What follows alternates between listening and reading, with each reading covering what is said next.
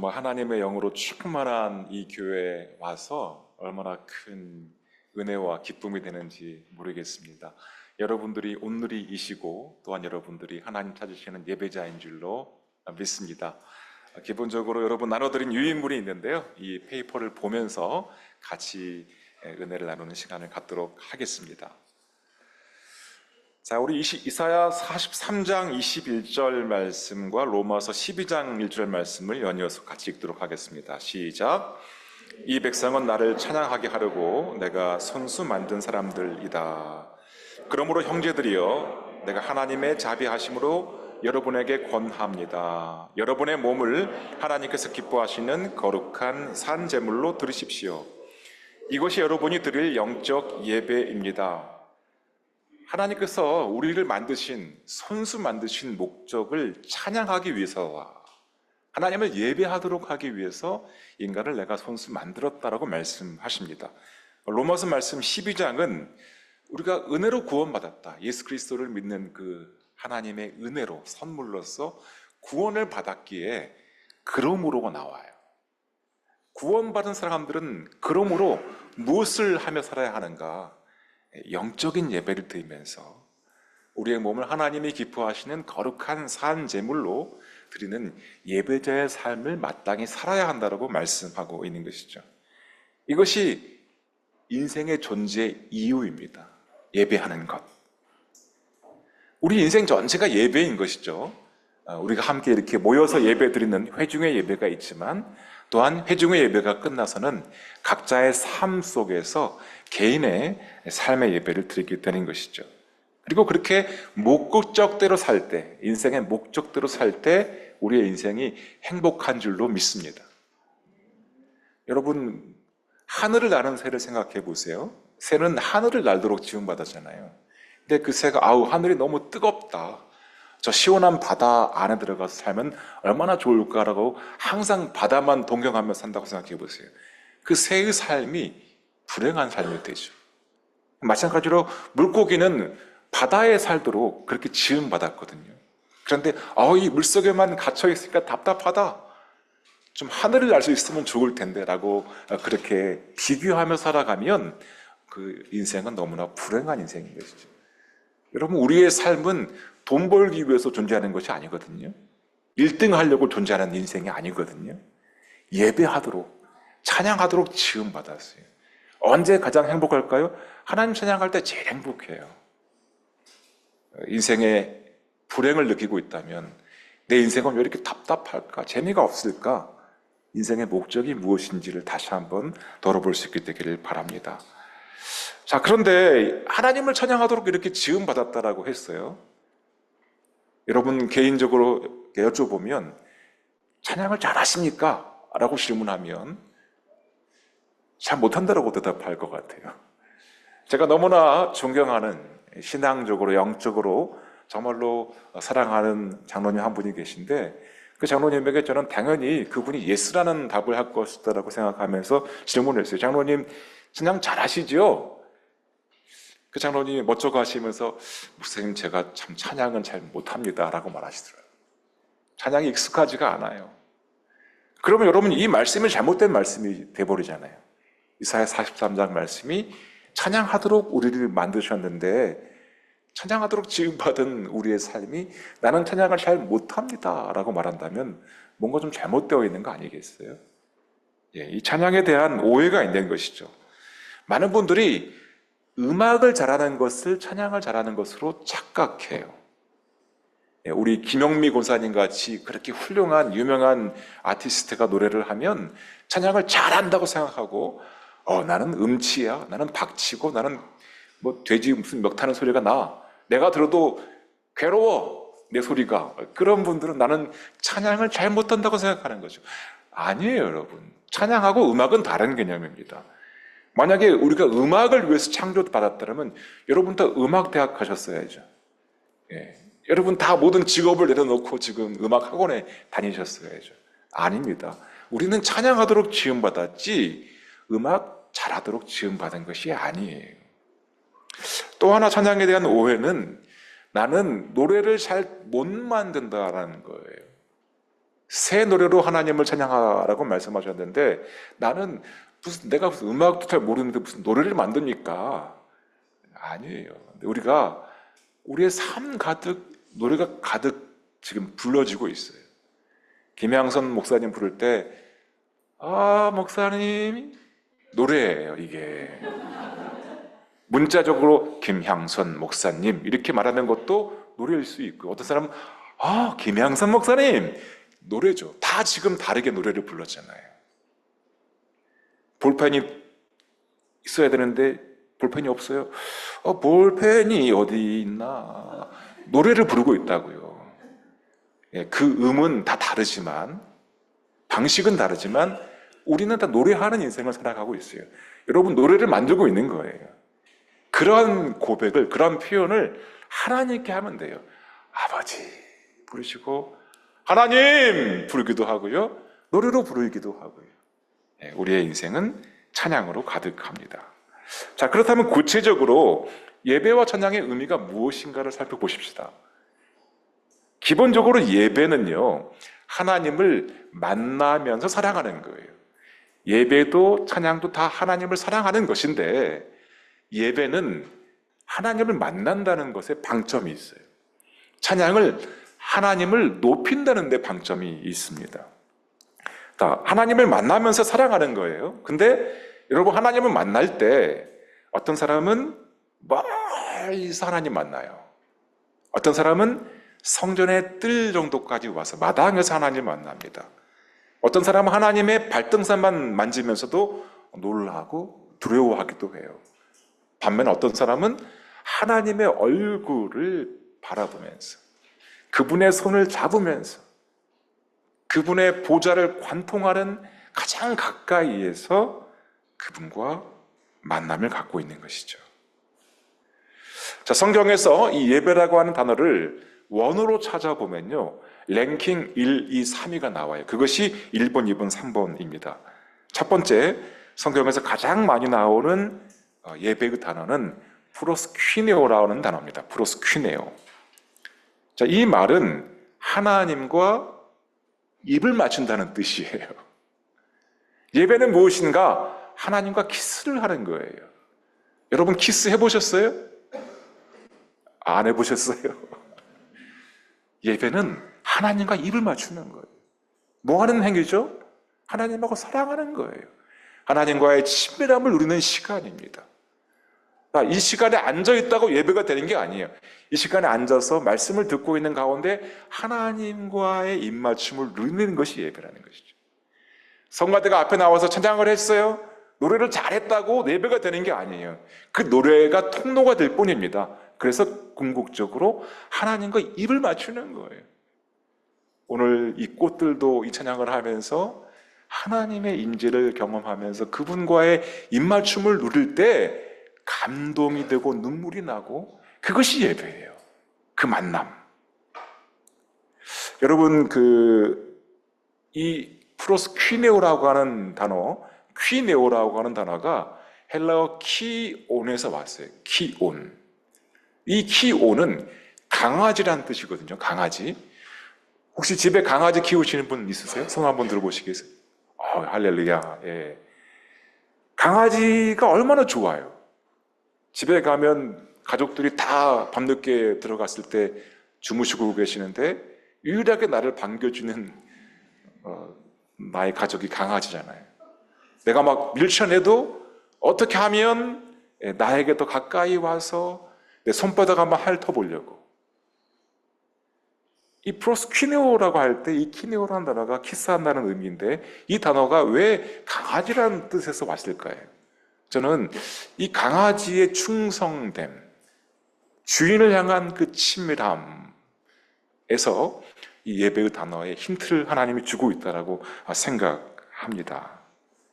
하나님을 너무나 사랑하는 그 입맞춤, 사랑하니까 그분을 닮고, 사랑하니까 그분을 섬기고, 사랑하니까 그분에게 복종하면서 그분의 손과 발이 되어서 순종하는 삶을 살아가는 이 일체의 삶이 바로 예배하는 삶이라고 할 수 있는 것입니다. 자, 그래서 두 번째 단어가 나와 있는데, 예배는 섬김이 될 수 있는 거죠. 주님을 사랑하니까 주님을 섬기는 거예요.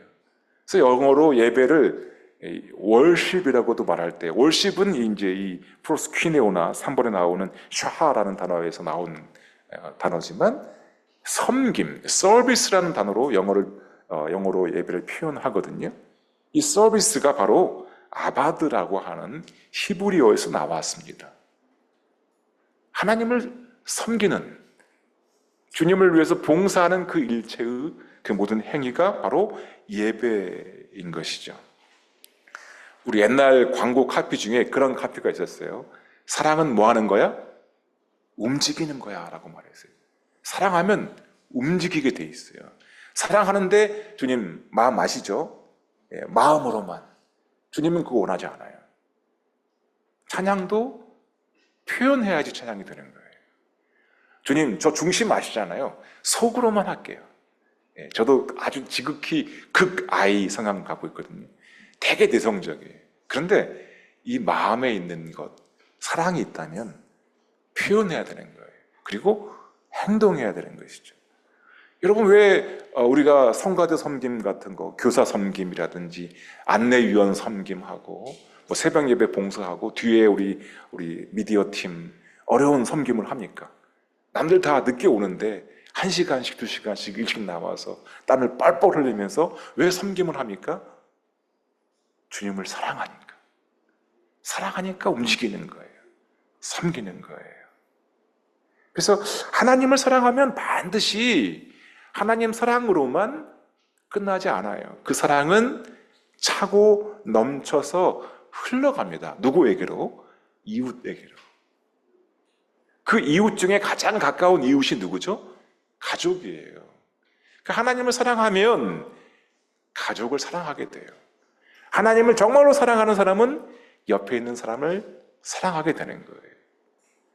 많은 예배팀에 가보면 찬양팀들 중에 하나님께 집중하는 리더가 있어요. 근데 하나님께만 집중을 하고 정작 옆에 있는 건반 치는 사람, 싱어하는 사람에게는 신경도 쓰지 않는 많은 리더들을 봤어요.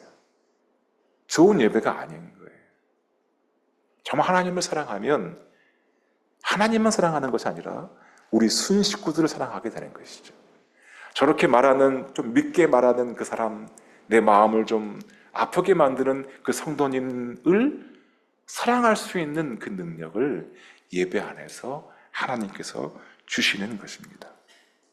세 번째, 예배는 엎드리는 것이에요. 샤하라고 하는 히브리어가 엎드리다, 절하다라고 하는 뜻인데, 왜 엎드립니까? 왜 절을 합니까? 사랑하니까 그 하나님 앞에, 사랑하는 그분 앞에 나의 모든 뜻과 나의 결정과 욕심을 내려놓는 거예요. 그래서 예배는 다른 말로 포기하는 것입니다. 주님께 포기해드리는 것이죠. 십자가 앞에 나의 모든 권리를 내려놓는 것이죠. 순종하는 거예요. 내려놓는 것이 바로 예배입니다. 다윗이 자녀를 낳았어요. 근데 이 아이가 태어나자마자 죽었습니다. 그러면 다윗의 입장에서 아무리 본인이 실수하고 죄도 지었지만 하나님께 따질 수 있잖아요. 하나님께 욕할 수 있잖아요. 하나님 이러실 수가 있냐고. 그런데 오늘 사무엘하 12장에 보면요, 같이 한번 읽어보겠습니다. 시작. 그러자 다윗은 일어나 몸을 씻고 기름을 바르고 옷을 갈아입은 후 여호와의 집으로 들어가 경배를 드렸습니다. 화낼 수 있는 나의 권리를 포기했다는 거예요. 열받고 욕할 수도 있고 내 마음대로 이 상황에서 행동할 수 있지만 그 모든 나의 권리, 권한을 하나님 앞에 포기해 드리는 것, 그 엎드림이 바로 예배인 것이에요. 자, 두 번째, 찬양의 의미. 아까 서두에 말씀드린 바와 같이 예배든 찬양이든 다 하나님을 사랑하는 거예요. 그런데 예배는 만남의 방점이 있다 그랬고요. 찬양은 하나님을 높여드리는 것에 방점이 있어요. 그래서 이 찬양이라고 하는 개념은 사실 예배 안에 포함된 겁니다. 예배란 말에 찬양이 다 포함되어져 있어요. 예배가 훨씬 넓은 개념이에요. 예배가 훨씬 예배학적으로 예배 예전을 포함한 많은 그 순서들이 다 예배 안에 있죠. 찬양이 그 하나의 순서이지만 찬양은 그렇게 하나님을 사랑하는 표현 가운데 특별히 높이는 데 강조를 하고 있는 것이죠. 자, 성경에서 원어를 찾아보면 세 가지 단어가 랭킹 1, 2, 3이에요. 제일 중요한 단어 중에 하나가 바라크라고 하는 단어인데 영어 성경에서는 이 단어를 bless로 표현했어요. 그래서 하나님을 찬양할 때 bless the Lord 이렇게 표현하는 거죠. 한글 성경에서 이 bless를 송축하다. 우리 송축하다라는 그런 내용으로 찬양을 많이 하잖아요. 근데 여러분 이 bless라고 하는 단어를 생각해 보시면 하나님이 여러분을 bless 하신다는 것은 쉽게 이해가 되잖아요. God bless you. 그러면 너무 좋잖아요. 근데 I bless God. 그러면 어떠세요? 내가 뭐라고 하나님을 축복을 해. 이렇게 생각되잖아요. 근데 그것이 찬양이에요. 이 bless라고 하는 개념을 이해하면 이 개념을 이해할 수 있어요. 이 bless는요, bleed에서 나왔어요. 무슨 말이냐면 피를 흘리는 것이 bless예요. blood라는 말이에요. blood. 자, 피에는 생명이 있다 그랬어요. 그래서 하나님이 God bless you 할 때 우리는 이렇게 생각해요. 하나님 나에게 아파트 한 채 주시고 넓은 맨션 주시고 차도 주시고 나에게 뭐 이런 물건도 주시고 이런 돈도 주시고 물질적인 축복만 생각한단 말이죠. 근데 사실 하나님에게 더 큰 복은 우리에게 주시는 복은 뭘까요? 여러분 돈 뭐 1억엔 받는 거하고 예수 그리스도의 생명을 주시는 거하고 비교도 할 수 없는 거잖아요. 하나님 그분 자신의 생명을 우리에게 주는 것이 블레스이죠. 그래서 God bless you 할 때 이제는 너 잘 먹고 잘 살아라 이 정도로만 생각하지 마세요. 그 개념은 블레스라고 하는 개념은 하나님께서 우리에게 생명을 주신다는 개념이에요. 엄청난 개념입니다. 그래서 우리가 하나님을 블레스한다, 블레스하는 찬양을 한다라고 할 때는 그 블레스는 어떤 의미입니까? 하나님께 나의 뭘 다해서? 생명을 다해서 찬양을 합니다. 아유, 뭐 노래나 한번 해보자. 뭐 흥미로운 시간이라도 좀 갖자. 그런 정도의 노래 찬양이 아니라 찬양을 할 때 생명을 다해서 하나님을 높여드리는 그 행위가 바로 블레스, 바라크의 찬양인 것이죠. 두 번째, 히브리어 야다라고 하는 이 단어가 찬양을 의미합니다. 야다.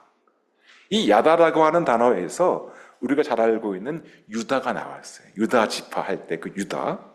근데 이 야다는 야드라고 하는 단어에서 파생을 했는데 야드는 손이에요, 손. 그러니까 찬양을 할 때 여러분 손을 어떻게 하시죠? 보통 여러분 이렇게 차렷하고 하시나요? 좋은 찬양은 손을 어떻게 할 줄 모르는 거예요. 손을 막 들기도 하고 뻗기도 하고 막 손을 흔들기도 하고 막 밑에 있지만 손이 막 움직이는 거예요. 떨리는 거예요. 가만히 있을 수 없는 거예요. 손이 움직이는 그 찬양을 야다라고 말하는 거예요. 손을 사용해서 하는 찬양. 자, 김양선 목사님 만날 때 목사님한테 손은 가만히 있으면서 목사님 이렇게 하는 게 좋아요? 목사님 이렇게 하는 게 좋아요? 손을 흔드는 것이 하나님 앞에 더 좋은 찬양인 거예요. 하나님을 사랑하는데 그분과의 감동, 눈물을 막 경험하고 있는데 손은 가만히 있고 하나님 사랑한다라고 말하는 것은 얼마나 답답한 행동입니까? 하나님 어쩔 줄 몰라서 손을 흔드는, 좋아서 환영하는 그 의미로 하나님을 높여드리는 그것이 바로 야다의 찬양입니다. 예수님은 바로 유다 지파의 사자라 그랬어요. 계시록 말씀에 나와 있는 것처럼 이 말은 라이언 오브 주다, 찬양하는 사람들을 위해 사자가 되어 싸우시는 하나님인 거예요. 여러분 찬양은 어둠을 열어내는 하나님의 능력인 줄로 믿습니다. 노래하면 무슨 공식처럼 어둠이 떠나가는 것이 아니고요. 찬양을 이렇게 할 때 유다 지파의 사자이신 예수님께서 그 찬송 가운데 임재하심으로 어둠이 떠나가는 거예요.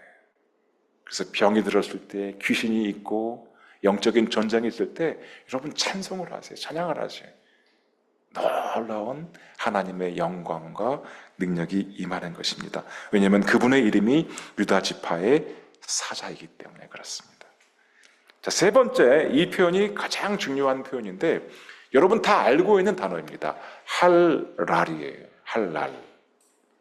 찬양을 의미하는 제일 중요한 기준이 되는 공인 단어가 바로 할랄이에요. 할랄 그렇게 하니까 잘 모르신다라고 말하실 수 있는데 할렐루야 아시죠? 오늘도 찬양할 때 할렐루야가 나왔는데 할렐루야의 어원이 할랄입니다. 할랄이 바로 하나님을 찬양한다는 그런 단어인데, 동사인데 히브리어에서 할랄이 우라고 하는 어미가 겹치게 되면 할랄루가 되면서 찬양하라가 돼요. 명령하게 됩니다. 마지막 야는 뭐예요? 야훼 하나님, 여호와 하나님인 것이죠. 그래서 하나님을 찬양하라가 되는 것이죠. 근데 하나님은 이 단어를 찬양의 표준으로 삼았다는 것이죠. 다윗 이전에는 이 할랄이, 할렐루야가 없었어요. 다윗이라는 사람이 하나님을 찬양하는데 옷이 벗어질 정도로, 바지가 내려갈 정도로 격렬하게 미친 듯이 열광적으로 하나님을 찬양했는데 하나님은 그게 더 좋다라고 말씀하시는 것이죠. 마치 우리가 월드컵 응원할 때 손흥민 선수가 공을 잡고 슛을 했는데 골이 됐어요. 그럼 여러분 어떻게 반응하십니까? 우리나라 선수가 골을 넣었어요. 가만히 있나요? 손흥민 골! 그래. 그렇게 안 하잖아요. 아무도 그렇게 안 하잖아요. 막 일어서서 춤을 추고 막 점프를 하고 하이파이브를 하고 막 외치고 와! 온 아파트가 막 떠나갈 정도로 소리를 지르잖아요. 바로 그것이 할랄이에요. 예배할 때 우리를 구원하신 그 하나님께, 우리를 사랑하시는 그 하나님께 왜 점프를 안 하시나요? 가만히 있어요. 우리를 구원하셨습니다 했는데 가만히 있어요. 입도 뻥긋 안 해요. 구경하고 있어요. 예배는 보는 것이 아닙니다. 그래서 예배 보러 간단 말 하지 마세요. 예배학적으로 잘못된 말이죠. 예배는 드리는 것이죠. 예배는 사랑하는 거예요.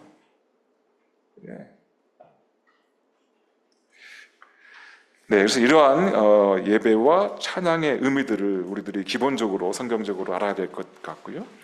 이러한 예배와 찬양을 드릴 때 기본적인 도구가 있어요.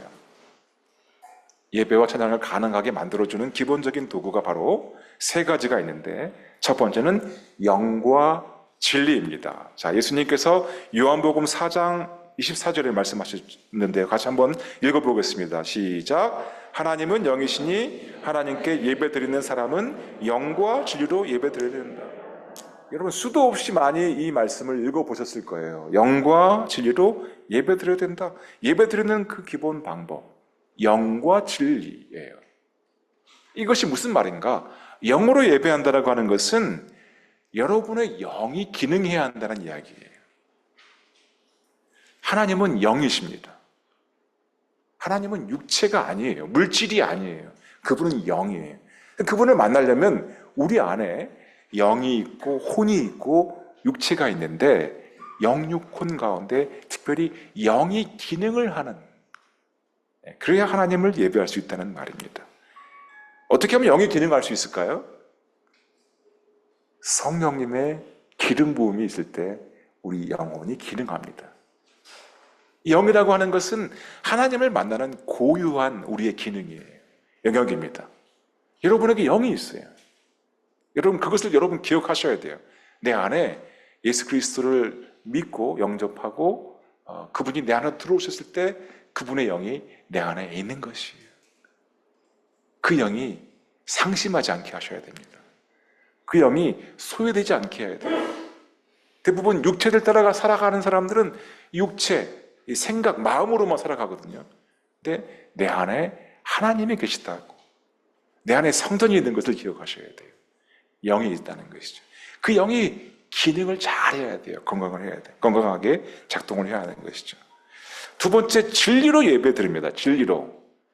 사람들이 내가 어디 가서 예배 드리고 왔는데, 어느 교회 가서 예배 드리고 왔는데, 야, 거기 좋더라, 마음에 들더라, 그런 걸로 예배하는 게 아니라, 어느 교회 어떤 스타일, 어떤 누구 유명한 CCM 가수, 그런 걸로 예배하는 것이 아니라 하나님 말씀하시는 예배는 이 말씀을 통해서 예배하는 거예요.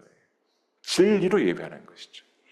진리이신 예수 그리스도를 통하여, 진리의 말씀을 통하여 예배하라는 것이에요. 그러니까 우리 예배의 기준이 이 말씀이어야 되거든요. 근데 많은 교회들에서 이 예배를 드릴 때 자기의 스타일을 강조해요. 내가 이렇게 하나님 만났으니까, 이 방식으로 하나님을 경험했으니까 너도 그렇게 해야 한다고 강요한다고요. 아니에요, 여러분. 그 방식이 성경에 나와 있다면 성경이 이렇게 말씀한다라고 말하시면 되는 거예요. 예배를 어떻게 드립니까? 영으로 드리고 진리로 드리는 것입니다. 근데 이 영이 기능하는 진리의 예배를 드리기 위해서는 가장 중요한 것이 뭐냐면요, 바로 거룩이에요. 거룩. 자, 레위기 11장 45절 말씀 같이 읽어보겠습니다. 시작.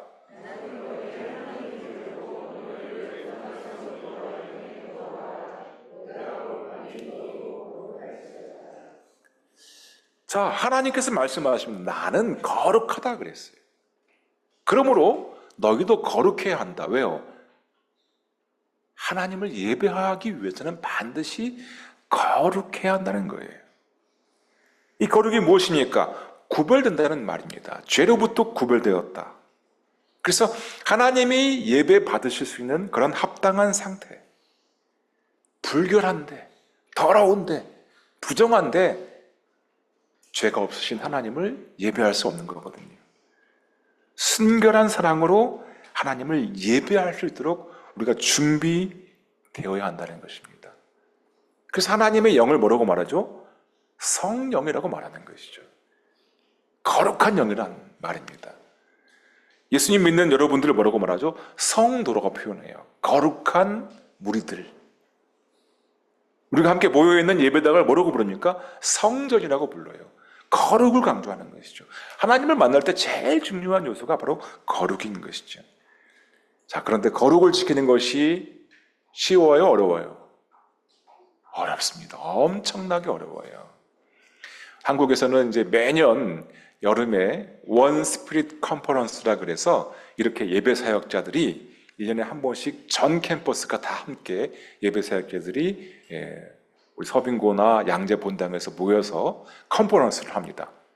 하나의 영으로 이렇게 예배하기를 소망한다는 그런 의미로서 원 스피릿 컨퍼런스라고 그 예배 사역자 축제를 명명했어요. 그 컨퍼런스 때 가장 많이 다루고 있는 주제가 뭐냐면 바로 거룩이에요. 왜냐하면 거룩이 그만큼 어렵기 때문에 그래요. 제가 조금 어려운 이야기, 이렇게 심각한 이야기를 할 텐데, 우리 예배 사역자들하고 대화를 하는 가운데 특별히 형제들끼리 따로 대화를 해봤어요. 이 형제님들이 거룩을 방해하는 가장 심각한 그 방해꾼이 무엇인가라고 하는 질문에 대해서 야동이라고 그랬어요. 야동. 여러분, 야동이 뭔지 아시나요? 여기 계신 분들은 아무도 상관이 없으시죠? 너무나 많은 예배 사역자들이 야동을 본다는 거예요. 야한 동영상을 본다는 거예요. 여러분들, 그것이 거룩을 방해해요. 그래서 거룩하신 하나님을 만나는 것을, 우리 영이 기능하는 것을 엄청나게 방해하고 있다라고 하는 것을 우리가 잘 모른다는 것이죠. 여러분, 이 거룩을 지키는 것, 순결한 삶을 살아내는 것 쉽지 않아요. 근데 우리가 그렇게 패배한 상태로 예배하면요, 우리가 정말 절망한 그 상태로 예배하게 되면 예배 사역자들이 그런 상태 가운데 있을 때 그 예배는 너무나 위축이 되고 생명력이 없고 재미가 없는 예배가 되어버리고 말 것입니다. 어떻게 승리할 수 있을까요? 어떻게 우리가 생명력 있는 예배, 거룩한 예배를 회복할 수 있을까요? 그것은 나의 승리가 아닌 예수 그리스도의 승리 위에서 예배하는 것으로 가능합니다. 자, 세 번째 그래서 중요한 것이 예수님의 승리로 예배하는 것인데, 고린도전서 15장 57절 말씀 크게 한번 읽어보겠습니다. 시작. 그러나 우리 주 예수 그리스도를 통해 우리에게 승리를 주시는 하나님께 감사를 드립니다. 자, 우리가 어떻게 승리합니까? 그냥 내 이름으로 승리할 수 없어요. 내 능력으로 승리할 수 없어요. 그러나 우리는 예수 그리스도를 통해서 승리할 수 있는 거예요. 예수님이 이미 승리하셨어요. 이미 이 영적인 전쟁에서의 큰 전쟁의 싸움을 이미 이겼습니다. 그 이기신 승리의 반석 위에서 찬양해야 되는 거예요. 오늘 교회 오다가 남편이랑 막 대판 싸웠어요. 오늘 예배인도 하신 자매님이 너무 참 훌륭하신데, 그러면 예배인도 하다가 오늘 싸우고 왔으니까, 화가 났으니까 오늘 단에 올라갈 때 나는 예배 그만해야 되겠다. 나는 이렇게 패배자인데, 나는 이렇게 연약한데. 그럼 위축된 마음으로 예배하면 좋은 예배가 될 수 없죠. 저도 그런 적이 많았어요. 예배인 돌아 올라가야 되는데 한 목사님이 불러서 화를 내. 야단을 쳐. 왜 이렇게 막 그러고 막 지금 예배하러 올라가 홀리한 거룩한 예배를 인도해야 되는데 목사님 막 그러시면 얼굴이 빨개져가지고 확 심각해져가지고, 근데 이제 1분 남았어요. 올라가야 돼. 위축이 되고 막 이렇게 너무 마음이 어렵고 어떻게 할 줄을 모르고 어떻게 예배를 해야 되냐는 것이 도대체 이때 무엇을 근거로? 이 말씀이에요. 예수 그리스도의 승리를 근거로 예배하는 거예요. 나의 거로 예배하는 게 아니에요. 예수님의 이름으로 예배하는 거예요. 이것이 중요한 거예요. 그래서 여러분들이 혹 야동을 보셨거나, 여러분들이 혹 누구에게 화를 냈거나, 여러분들이 혹 나쁜 짓을 했거나, 그 나쁜 것을 기반으로 예배하지 마세요. 예배의 기본 요소, 기본 도구는 예수님의 승리 위해서 하는 것이. 스데반이 돌을 맞고 죽어가고 있었잖아요. 순교의 순간을 생각해 보세요. 스데반이 순교하였던. 지금 현실은 돌이 막 날라와요. 살점이 떨어져 나갑니다. 피가 막 흐르고 뼈가 부러지고 고통을 경험하고 있어요. 그런데 그때 스데반은 예수 그리스도를 주목해요. 하늘의 보좌를 주목합니다. 그분의 영광을 주목해요. 그래서 그분의 승리 가운데 하나 되어 있었기에 예배 안에 승리하는 것이, 그것이 예배의 방법이에요. 자, 그래서 구체적으로 이런 찬양의 방법에 대해서 성경에 또한 기록하고 있는데, 신약과 구약에 찬양의 방법이 나와 있습니다. 먼저 신약의 방법을 한번 살펴보겠는데, 에베소서 5장 19절 말씀을 한번 읽어보겠습니다. 시작. 시와 찬미와 신령한 노래들로 서로 화답하고 마음으로 주께 찬송하며. 자, 신약 성경은 찬양의 세 가지 방법을 시, 찬미, 신령한 노래라고 이렇게 설명하고 있어요. 시라고 하는 것은 영어로 psalm입니다. psalm. 근데 이 psalm이라는 단어를 제가 처음 접했을 때 좀 희한했던 것이, 이 영어로 보면 P로 시작하잖아요. P. 근데 발음은 묵음이잖아요. P가. psalm이란 말이죠. 왜 그러냐면 원어가 푸살모스이기 때문에 그래요. 푸살모스. 이 푸살모스라는 원어는 악기를 연주하면서 시를 올려드리는 것을 의미해요. 악기를 연주하면서. 우리가 기도할 때 그냥 우리가 생목으로만 기도하는 것도 은혜 가운데 있을 수 있지만, 특별히 악기, 현악기가 연주를 하는 가운데 기도를 할 때 더 풍성한 감동을 누릴 수 있는 것, 그것이 시의 방법이에요. 시의 형식이에요. 근데 이 시로 찬양하라고 하는 이 명령에서 중요한 것은 뭐냐면, 내가 직접 시를 만들어 보는 거예요. 여러분이 직접 시편 기자가 되어보는 것입니다. 시편의 시는 다윗 정도 돼야 쓰는 것이 아니라 여러분들이 쓸 수 있는 거예요. 예배자로 부름받은 찬양하는 사람의 삶을 살아가고 있는 우리 모두가 다 시인이 되어서 시를 써보는 거예요. 그래서 한번 우리가 실습을 해보도록 하겠는데요. 자, 이 가로 안에 한번 여러분 단어를 적어보세요. 하나님은 나의 무엇일까요? 우리 다윗은 왕이신 하나님, 높으신 하나님, 위대하신 하나님, 좋으신 하나님, 나만의 표현으로 하나님을 높여드렸던 것처럼 우리가 하나님께 나만의 표현을 한번 작성해 보세요. 어떤 하나님을 찬양하십니까? 여러분, 위대하신 하나님을 찬양하시면 위대하신 하나님을 찬양합니다라고 써보세요.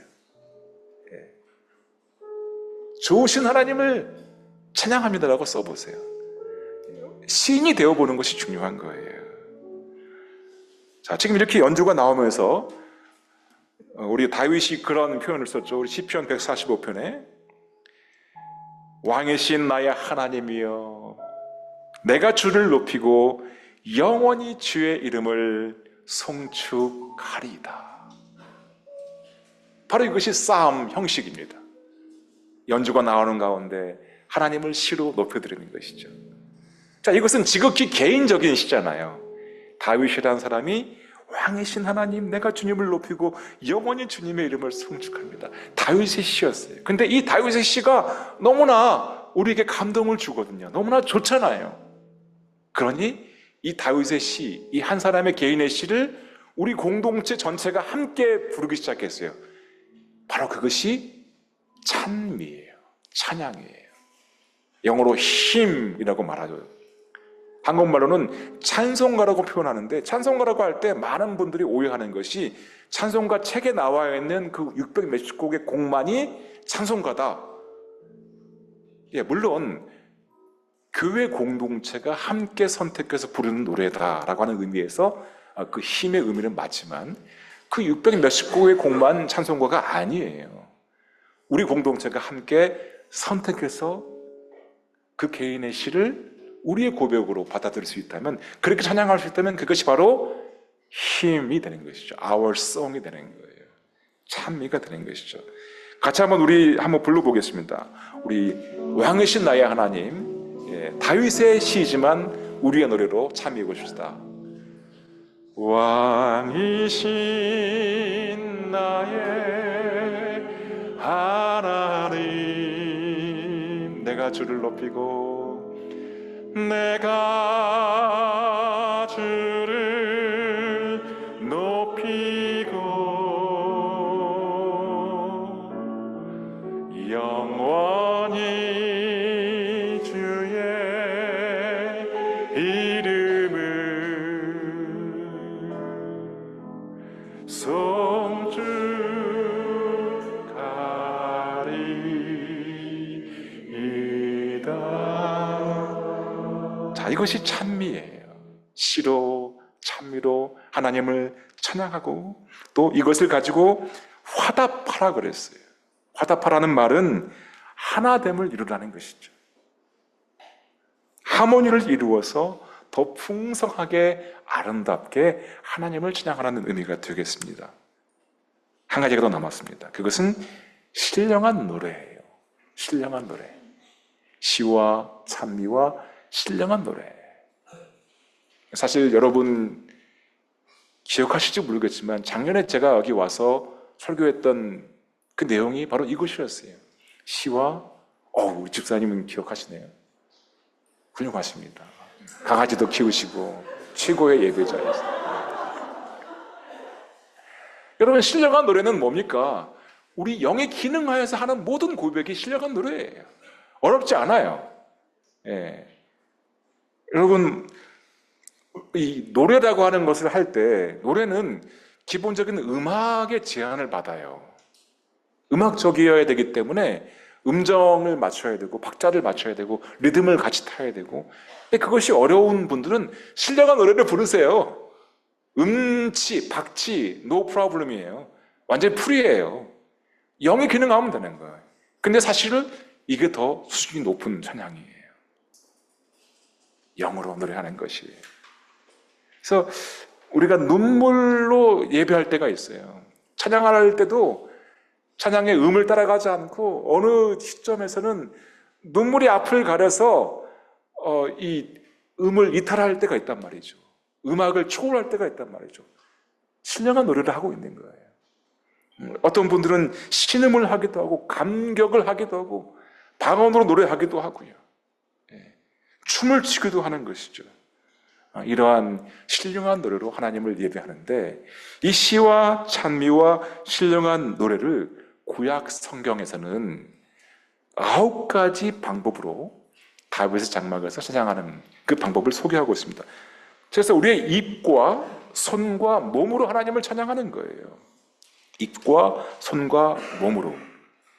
입으로 찬양할 수 있는 것은 뭐가 있겠어요? 노래로 찬양하는 것이죠. 자, 노래와 함께 아까 설명했던 신령한 노래, 새 노래로, 새로운 노래로. 노래는 기존에 있는 노래예요. 여러분 알고 있는, 우리가 알고 있는, 함께 부르고 있는 그런 공동으로 부르고 있는 그 기존에 알고 있는 노래. 근데 새로운 노래를 날마다 고백할 수 있다는 것이죠. 그리고 외침으로 왕이신 하나님을 찬양합니다라고 외치는 것과 그냥 속으로만 읊조리는 것은 또 다른 차이가 있는 것이죠. 찬양을 공부해 보면 찬양은 반드시 표현돼야 돼요. 드러나져야 돼요. 그래서 다윗의 이 할렐루야가 찬양의 표준이 된 것입니다. 그래서 저는 우리 오늘의 교회 예배가 더 생명력 있는 예배, 생동감 있는 예배가 되기를 소망합니다.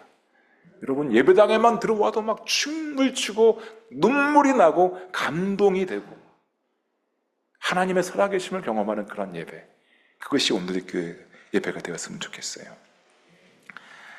자, 또 손으로 하나님을 예배할 때 우리가 손뼉을 치면서 하나님을 찬양할 수 있죠. 그죠? 좋으니까 하나님을 높이는 그 의미로, 그분께 감사하는 의미로 손뼉을 칩니다. 또 손을 아까 야다가 나왔죠. 손을 어떻게 할 수 없는, 손을 드는 거예요. 또 항복하는 거예요. 주님께 순복하는 거예요. 그리고 손으로 할 수 있는 아주 중요한 예배적 행위가, 찬양의 행위가 바로 악기를 연주하는 거예요. 악기를 연주하는 자체가 찬양일 수 있어요. 우리의 몸으로 하나님을 찬양할 수 있는데 엎드리는 것이 찬양이에요. 엎드리는 행동을 해보세요. 우리 주일 예배 때 조금 쑥스러우면 개인 예배 집에 가셔서 골방에서 엎드려서 주님 앞에 기도하면서 찬양을 해보세요. 일어서는 것이 또한 찬양의 방법이에요. 춤을 추는 것도 찬양의 방법입니다. 그래서 한번 실습을 해보겠는데 다 같이 한번 일어나 보시겠습니다. 일어나 보실 때, 자, 이렇게 한번 해볼까요? 우리 집사님 성함이 어떻게 되시죠? 장우성 집사님, 아까 우리 브랭크의 괄호에 어떤 하나님을 찬양하십니까?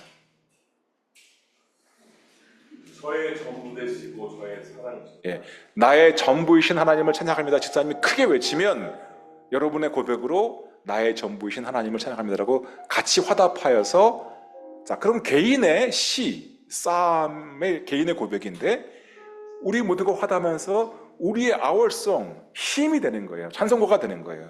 그리고 우리가 그 고백으로 반복하면서 나의 전부이신 하나님을 찬양합니다라고 하면서 박수를 치면서, 선포하면서 외치면서 나의 전부이신 하나님을 찬양합니다라고 우리가 계속해서 10번을 외치도록 하겠습니다.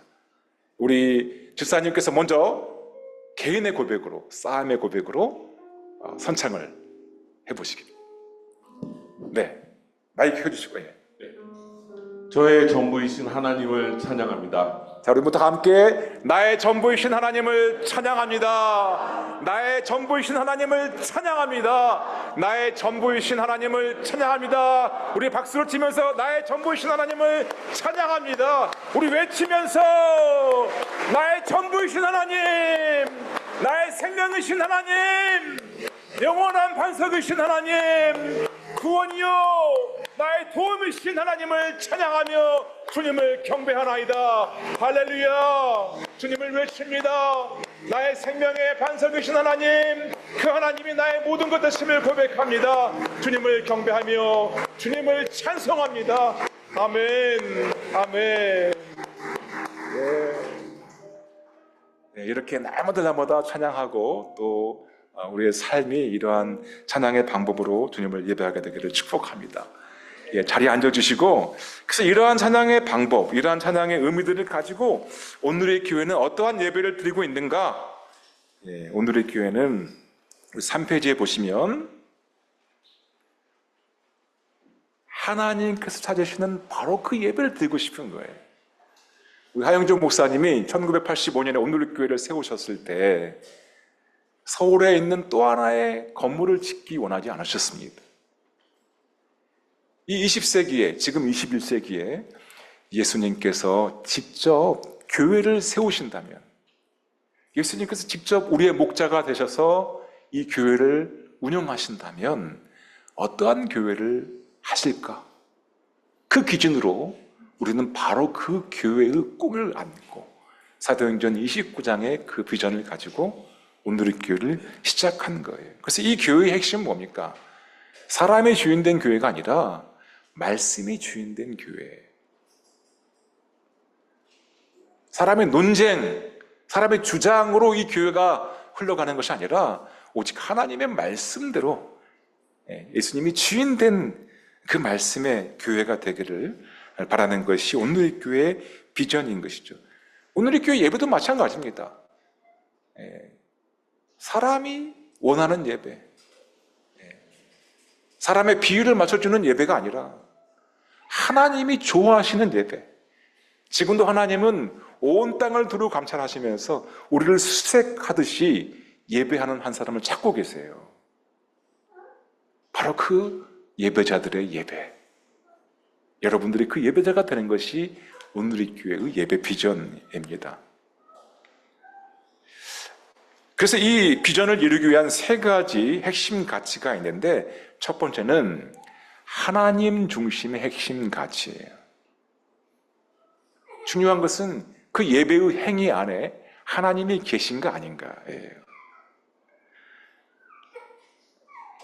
우리 예배를 섬기는 찬양팀, 성가대, 예배위원들을 통해서 하나님이 보이는가, 사람이 보이는가? 여러분, 사람들이 교회에 올 때 이쁘게 입고 오잖아요. 정성을 다해서 화장하는 것은 좋아요. 근데 어떤 사람은 아주 과하게 표현할 때가 많습니다. 실제로 서울에 어떤 분이 성가대를 하시면서 아주 큰 귀걸이를 하고 올라오셨어요. 그랬더니 회중에 앉아 계신 분들이 알아맞혀요. 아, 저거 어느 제품, 얼마짜리. 예배를 드리는데 하나님은 안 보고, 그분은 하나님께 정성을 드리기 위해서 그런 표현을 하셨지만, 또 어떤 분은 예배를 드리면서 젊은 분들 가운데 청바지 찢어진 거 입으시잖아요. 그 패션이잖아요. 유행이잖아요. 근데 찢어진 청바지를 입고 예배 누자가 올라왔는데 어떤 성도님이 하나님은 안 보고 청바지 찢어진 그것만 보는 거예요. 예배가 안 됩니다. 그런 예배는 오늘의 교회가 원하는 예배가 아니에요. 예배 사역자로서 나의 이 귀걸이 하나, 이 화장 하나, 이 찢어진 이 지점 하나가 누군가의 예배를 방해할 수 있다면 그걸 내려놓을 수 있는 것이 하나님 중심의 예배이죠. 하나님이 보이냐, 사람이 보이냐. 건반 플레이를 멋있게 해서, 저기 형제님 잘생겼잖아요. 저 미남 형제님이 건반 멋있는 우리 교회 이강석, 우리 교회 BTS. 그 예배는 망한 거예요.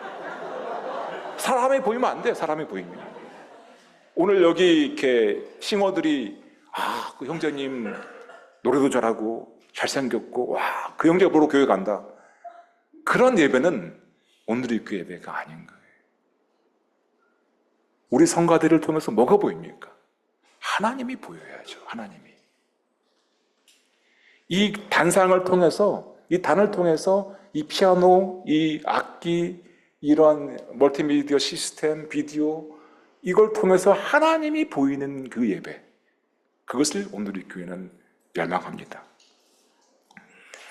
그래서 이 중요한 것은 하나님이 보이게 하려면 성경대로 실천하고 있는가가 중요한 거예요. 성경대로 예배를 위한 양육이 있는가, 성경적인 돌봄이 우리 안에 있는가가 중요한 것이에요. 우리가 몇 해 전에 예수 바보 행전이라는 말을 썼어요. 예수님을 바로 보여주는 사람들. 그래서 이 교회가 예수님을 바로 보여주는 자원하는 예배 사역자들인가, 그런 사람들의 교회인가, 아니면 동아리 같은 예배를 드리고 있나, 무슨 노래 동아리, 무슨 프로야구 동아리, 무슨 스포츠 동아리 같은 그런 모임인가, 그것을 구분할 수 있어야 되는 것이죠. 어떤 분들은 돈벌이 수단으로 교회에 나와요. 어떤 분들은 예배 팀을 섬기면서 음악 자체만을 추구해. 음악이 우상이 되어버렸어요. 특순하시는 분들이 주의해야 될 것은 예배 가운데의 특순이에요. 근데 자기 순서만 하고 내려가 버려요. 설교 안 들어요. 나가요. 그거는 콘서트죠. 쇼죠. 우리는 쇼하러 여기 모여 있는 게 아니에요. 예배를 하라고 모여 있는 것이죠. 찬양을 하는 통로일 뿐이에요. 이 밴드팀이 막 밴드 섬김을 하다가 앞에 찬양 끝났어요. 그러면 설교하는 30분 동안 밖에 나가가지고 놀고 답답하고 커피 마시고, 여러분 그거는 예배자가 아니죠. 세상의 음악가들이 하는 그런 행동이라고요. 그거는 세상에 가서 하셔야죠.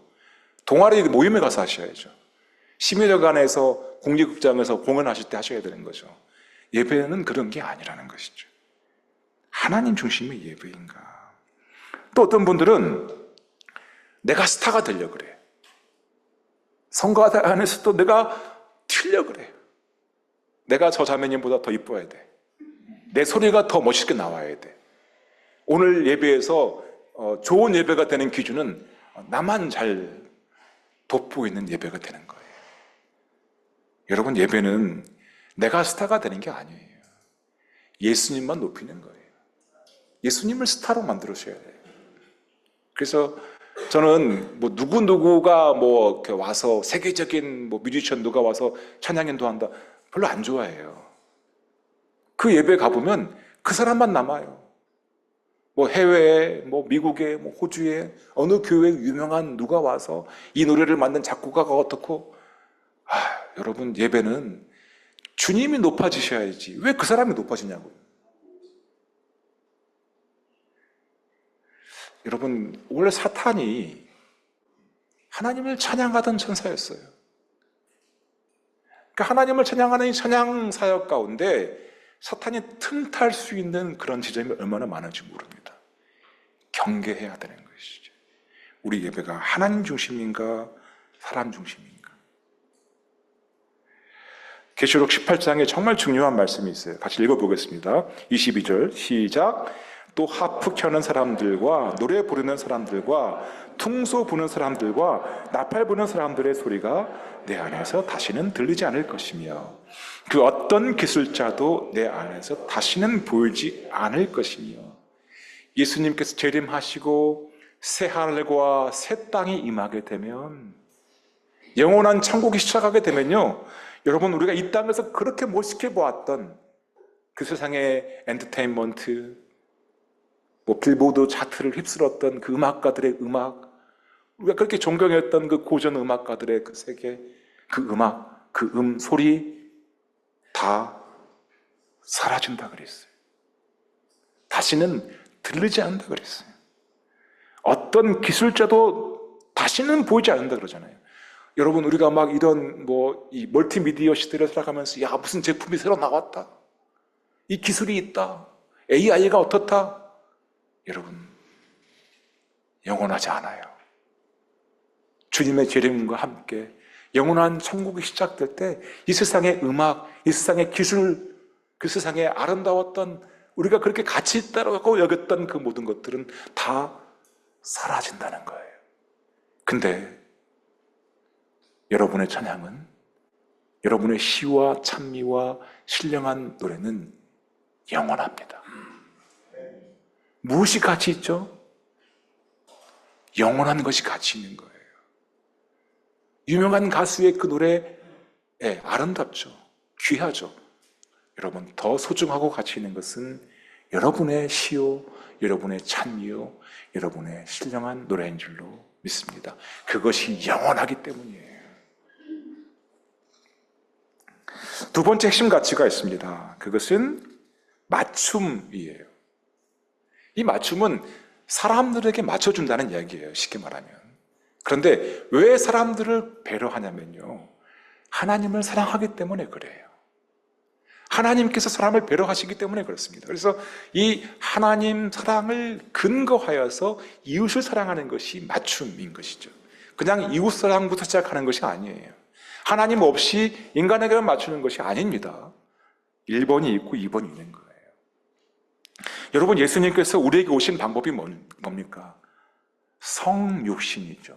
인카네이션. 하나님께서 하나님의 눈높이로, 하나님의 수준으로, 그분의 영광으로만 우리에게 오지 않았어요. 직접 하나님이 인간의 눈높이까지 낮아졌다는 것이죠. 인간이 되셨어요. 우리와 똑같이 생각하고, 우리와 똑같이 행동하시고, 똑같이 만지시고 먹으시고. 그래서 예배를 드릴 때 여러분 그걸 고려하셔야 돼요.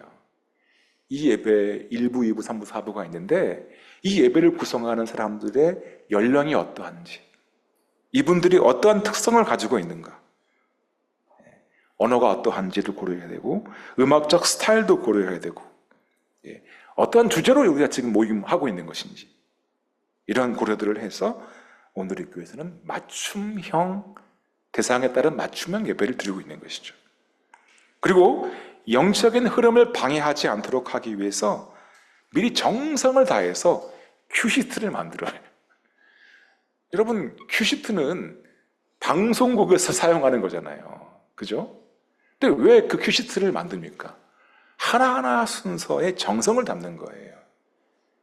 우리 그 다음에 김영선 목사님 나오셔서 말씀을 전하시겠습니다라고 했는데 목사님이 안 나와. 나갔어.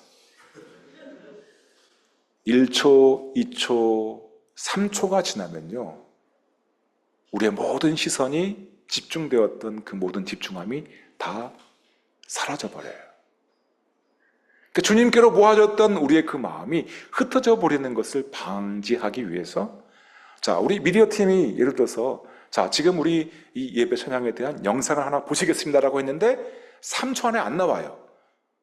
김 집사, 지금 뭐 하는 거야?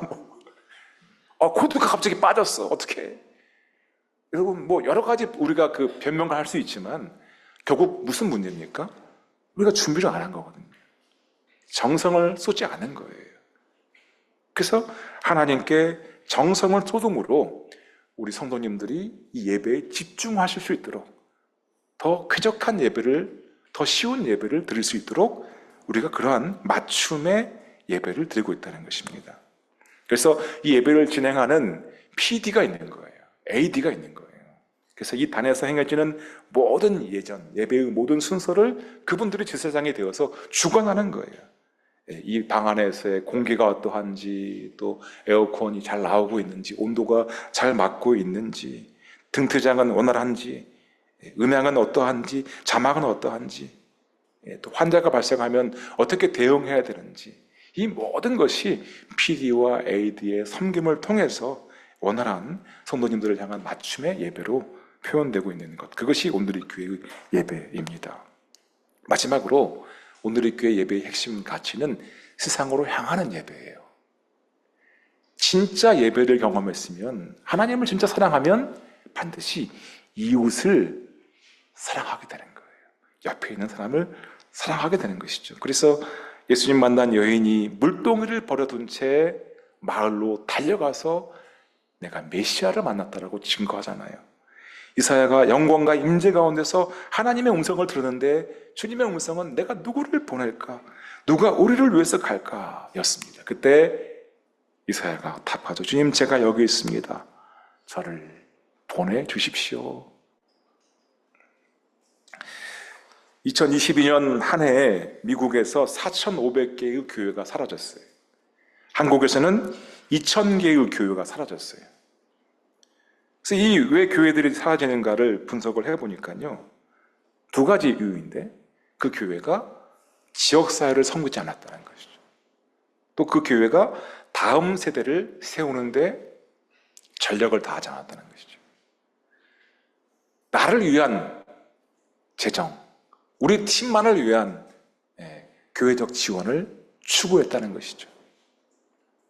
여러분, 교회는 하나님 사랑을 경험하는 공동체예요. 이 사랑이 진짜면요, 내가 만족을 누리는 것을 넘어서 차고 넘쳐서 이웃을 향하여서, 지옥 사회를 향해서, 다음 세대를 향하여서 그 사랑을 흘려보낼 수 있어야 되는 거예요. 이게 자연스러운 결과예요. 그래서 예배와 선교의 그 관계가 그러한 관계입니다. 예배하면 선교하게 돼 있어요.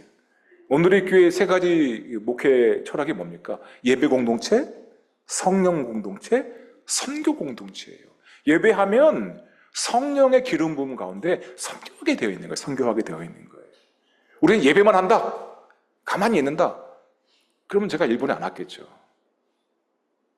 진짜 예배하면 여러분을 만나러 오는 거예요. 여러분이 일본 땅에, 이 어려운 지역에, 어려운 세대들에게 가서 하나님의 사랑을 흘려보내는 그것이 또한 예배인 줄로 믿습니다. 하 목사님은 두 가지 예배관을 갖고 있었는데, 첫 번째는 생명을 다하는 예배를 좋아하셨어요. 마치 성경에 나와 있는 불타는 예배자인 세라핌과 같은 그런 예배.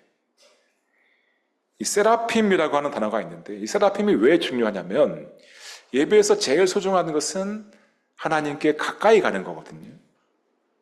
천국에 가면 딱 한 가지 차별이 있어요. 우리 장 집사님은 천국에 가셔서 이렇게 맨 앞에 앉아 계실 것 같아요. 예배당에 갈 때마다 항상 아쉬운 것은 성도님들이 다 뒤에서부터 앉는다는 거예요. 지금 이 예배당도 그렇잖아요. 앞에만, 우리 과거에는 부흥회 할 때 제일 앞에 강사의 침 튀기는 그 자리를 제일 사모했는 그떤 때가 있었는데, 지금은 다 뒤에서부터 앉아요. 제가 무서운 사람도 아닌데 저를 그렇게 싫어하시고, 예수님을 그렇게 무서워하시고 그러실 필요가 없는 거죠. 가까이 가야 되는 거죠. 그러니까 천국에 가서 딱 한 가지 차등이 있어요. 누군가는 그 보좌에 조금 더 가까이 가 있어요. 더 친밀한 예배를 누려요. 누군가는 조금 뒤에 있어요. 근데 성경에 보니까 그 보좌에 가장 가까이 가 있는 존재가 바로 내 생물이에요. 근데 그 내 생물을 성경은, 구약 성경은 스랍이라고 표현해요. 스랍. 이사야 6장에 나와 있는 그 스랍이에요. 근데 그 스랍이 히브리어로 세라핌입니다. 세라핌. 세라핌 합창단이라고 교회에 있어요. 그게 천사 합창단이 아니라 내 생물입니다. 하나님의 보좌에 가장 가까이 가 있는. 그래서 같이 있는 거죠. 가장 탁월한 최고의 예배자라고 할 수 있죠. 근데 이 세라핌이라고 하는 뜻이 뭡니까? 이 사라프라고 하는 뜻은 불탄다는 거예요. 주님을 향한 사랑으로 불타고 있다는 것이죠. 우리 성가대들은 찬양할 때 불타고 있어야 되는 거예요. 불타고 있어야 되는 거예요. 아, 이 음을 어떻게 내야 되지? 아, 이 가사 그 다음에 뭐지? 그거에만 신경 쓰는 것이 아니라 하나님을 향한 그 사랑 안에 불타올라야 되는 것이죠. 그래서 우리 서빙고의 어떤 성가대는 오랫동안 이번 주에 할 곡을 반복해서 들어요. 아침에 출근할 때 성가 그 곡을 듣고, 또 가서도 또 듣고, 퇴근할 때 듣고, 그러면 계속해서 반복해서 그 가사를 묵상하면 가사가 암기가 되겠죠. 외워지겠죠. 그래서 책을 안 봐요. 책을 안 보고 주중 연습, 주일 연습을 하면서 이 찬양의 깊이가, 찬양의 가까워짐이, 하나님과의 그 가까워짐이 더 많이 느껴지면서 그 분들이 예배할 때는요, 어떤 신뢰가 생겨요. 아, 오늘 어떤 은혜가 쏟아질까? 예배 안에서 어떤 감격이 있을까? 그런 열정이 있는 거예요. 그런 열정, 그런 수고가 있는 거예요. 여러분, 책 보고 하면 쉽죠. 그냥 책 하란 대로만 하는 그런 수준의 예배를 드리는 것을 하 목사님은 원하지 않았던 것이죠. 불타는 거예요. 대가를 지불하는 거예요. 하 목사님이 했던 말 가운데 제가 가장 지금도 기억 남는 것이, 나는 주님을 위해서라면 하루에 1000번도 더 바꾼다. 진짜 1000번을 바꿔요. 새벽에 지시하셨던 거, 아침에 지시하셨던 거, 오전에 지시하셨던 거, 점심 먹을 때 또 지시, 다 달라요. 그러니까 저 같으면 그렇게 막 몇 번씩 10번씩 지시해서 바꾸고 또 바꿔서 이렇게 뭘 해갖고 오면 저 같으면 미안해서 더 못 시킬 것 같아요. 근데 하 목사님 안 그래요. 나는 주님을 위해서라면 1000번도 바꿔요. 그래서 밤을 새서 일해야 돼요. 밤을 새서 수고해야 돼요. 왜요? 불타니까, 열정이 있으니까, 그 사랑이 있으니까 주님을 섬겨요. 나는 주님을 위해서 어떻게 죽는다? 보세요. 어떻게 죽는다고 말했죠? 나는 주님을 위해서 달아서 죽을 것이다. 김양성 목사님 이거 들어봤죠? 주님을 위해서 달아서 죽을 것. 하 목사님이 가장 존경스러운 질문이 이거예요. 오늘의 교회 최고의 유산은 저는 이거라고 생각해요. 하 목사님이 주님을 위해서 달아서 죽으셨어요. 은퇴해서 편하게 살다가 노년을 행복하게 뭔가 여유 있는 그런 시간을 보내다가 천국 가신 게 아니라, 목사님 돌아가시는 그날까지 실제로 달아서 죽으셨어요. 이것만큼 우리에게 큰 예배적인 유산이 어디 있습니까? 목사님 안주하지 않는다. 제가 봤을 때 이 정도면 충분해요. 잘했어요. 너무 훌륭해. 탁월해요. 근데 거기에 안주하지 않겠다. 불타는 것이죠. 주님을 향해서 번제를 드리는 것이죠. 구약시대의 5개의 제사가 있었어요. 그 제사 가운데 첫 번째 제사가 뭡니까? 번제, 버닝이에요. 버닝. 타오르는 거예요. 불타지 않으면 예배가 시작되지 않았어요. 불타올라야 돼요. 예배 사역자들이 주님을 향한 그 사랑으로, 열정으로 불타오르셔야 됩니다. 두 번째, 사랑 있는 예배예요. 저에게 어느 날 하나님을 예배할 때 너는 어떤 하나님을 예배하냐라고 질문하셨어요. 제가 머뭇거리니까 목사님이 장황하게 말씀하셨어요.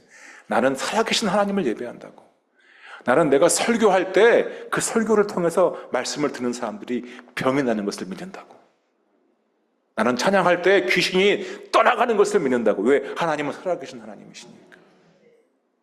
그 생명력 있는 예배예요. 오늘의 교회가 추구하는 예배가 바로 그러한 예배라는 것이죠. 그래서 찬양할 때 자기의 어떤 감상을 노래하는 이런 노래 정말 싫어하셨어요. 직접적으로 하나님을 높이는 그런 찬양. 아버지를 사랑합니다. 주님을 경배합니다. 이런 하나님을 찬송합니다. 왜냐하면 그 하나님과의 깊은 입맞춤을 경험하게 될 때 그분의 임재하심 가운데 강력한 하나님의 기름 부음과 역사하심이 시작되기 때문이에요. 그런 살아계신 하나님을 체험하는 예배가 오늘의 교회의 예배인 것이죠. 하나님 바로 이러한 예배자를 지금도 찾고 있는 줄로 믿습니다. 그래서 이러한 살아있는 예배를 드리기 위해서 오늘의 교회가 하고 있는 것은 무엇입니까? 마지막에 보세요. 자, 디모데전서 4장 말씀 같이 한번 읽어보겠습니다. 4장 5절 말씀. 자, 시작. 그러므로 땅에 속한 지체들을 죽이십시오. 그것들은 음행과 더러운 것과 정욕과 악한 욕망과 탐심입니다. 탐심은 우상 숭배입니다. 이것들로 인해 하나님의 진노가 불순종의 아들들에게 임합니다. 그리고 디모데전서 4장 5절 말씀 시작.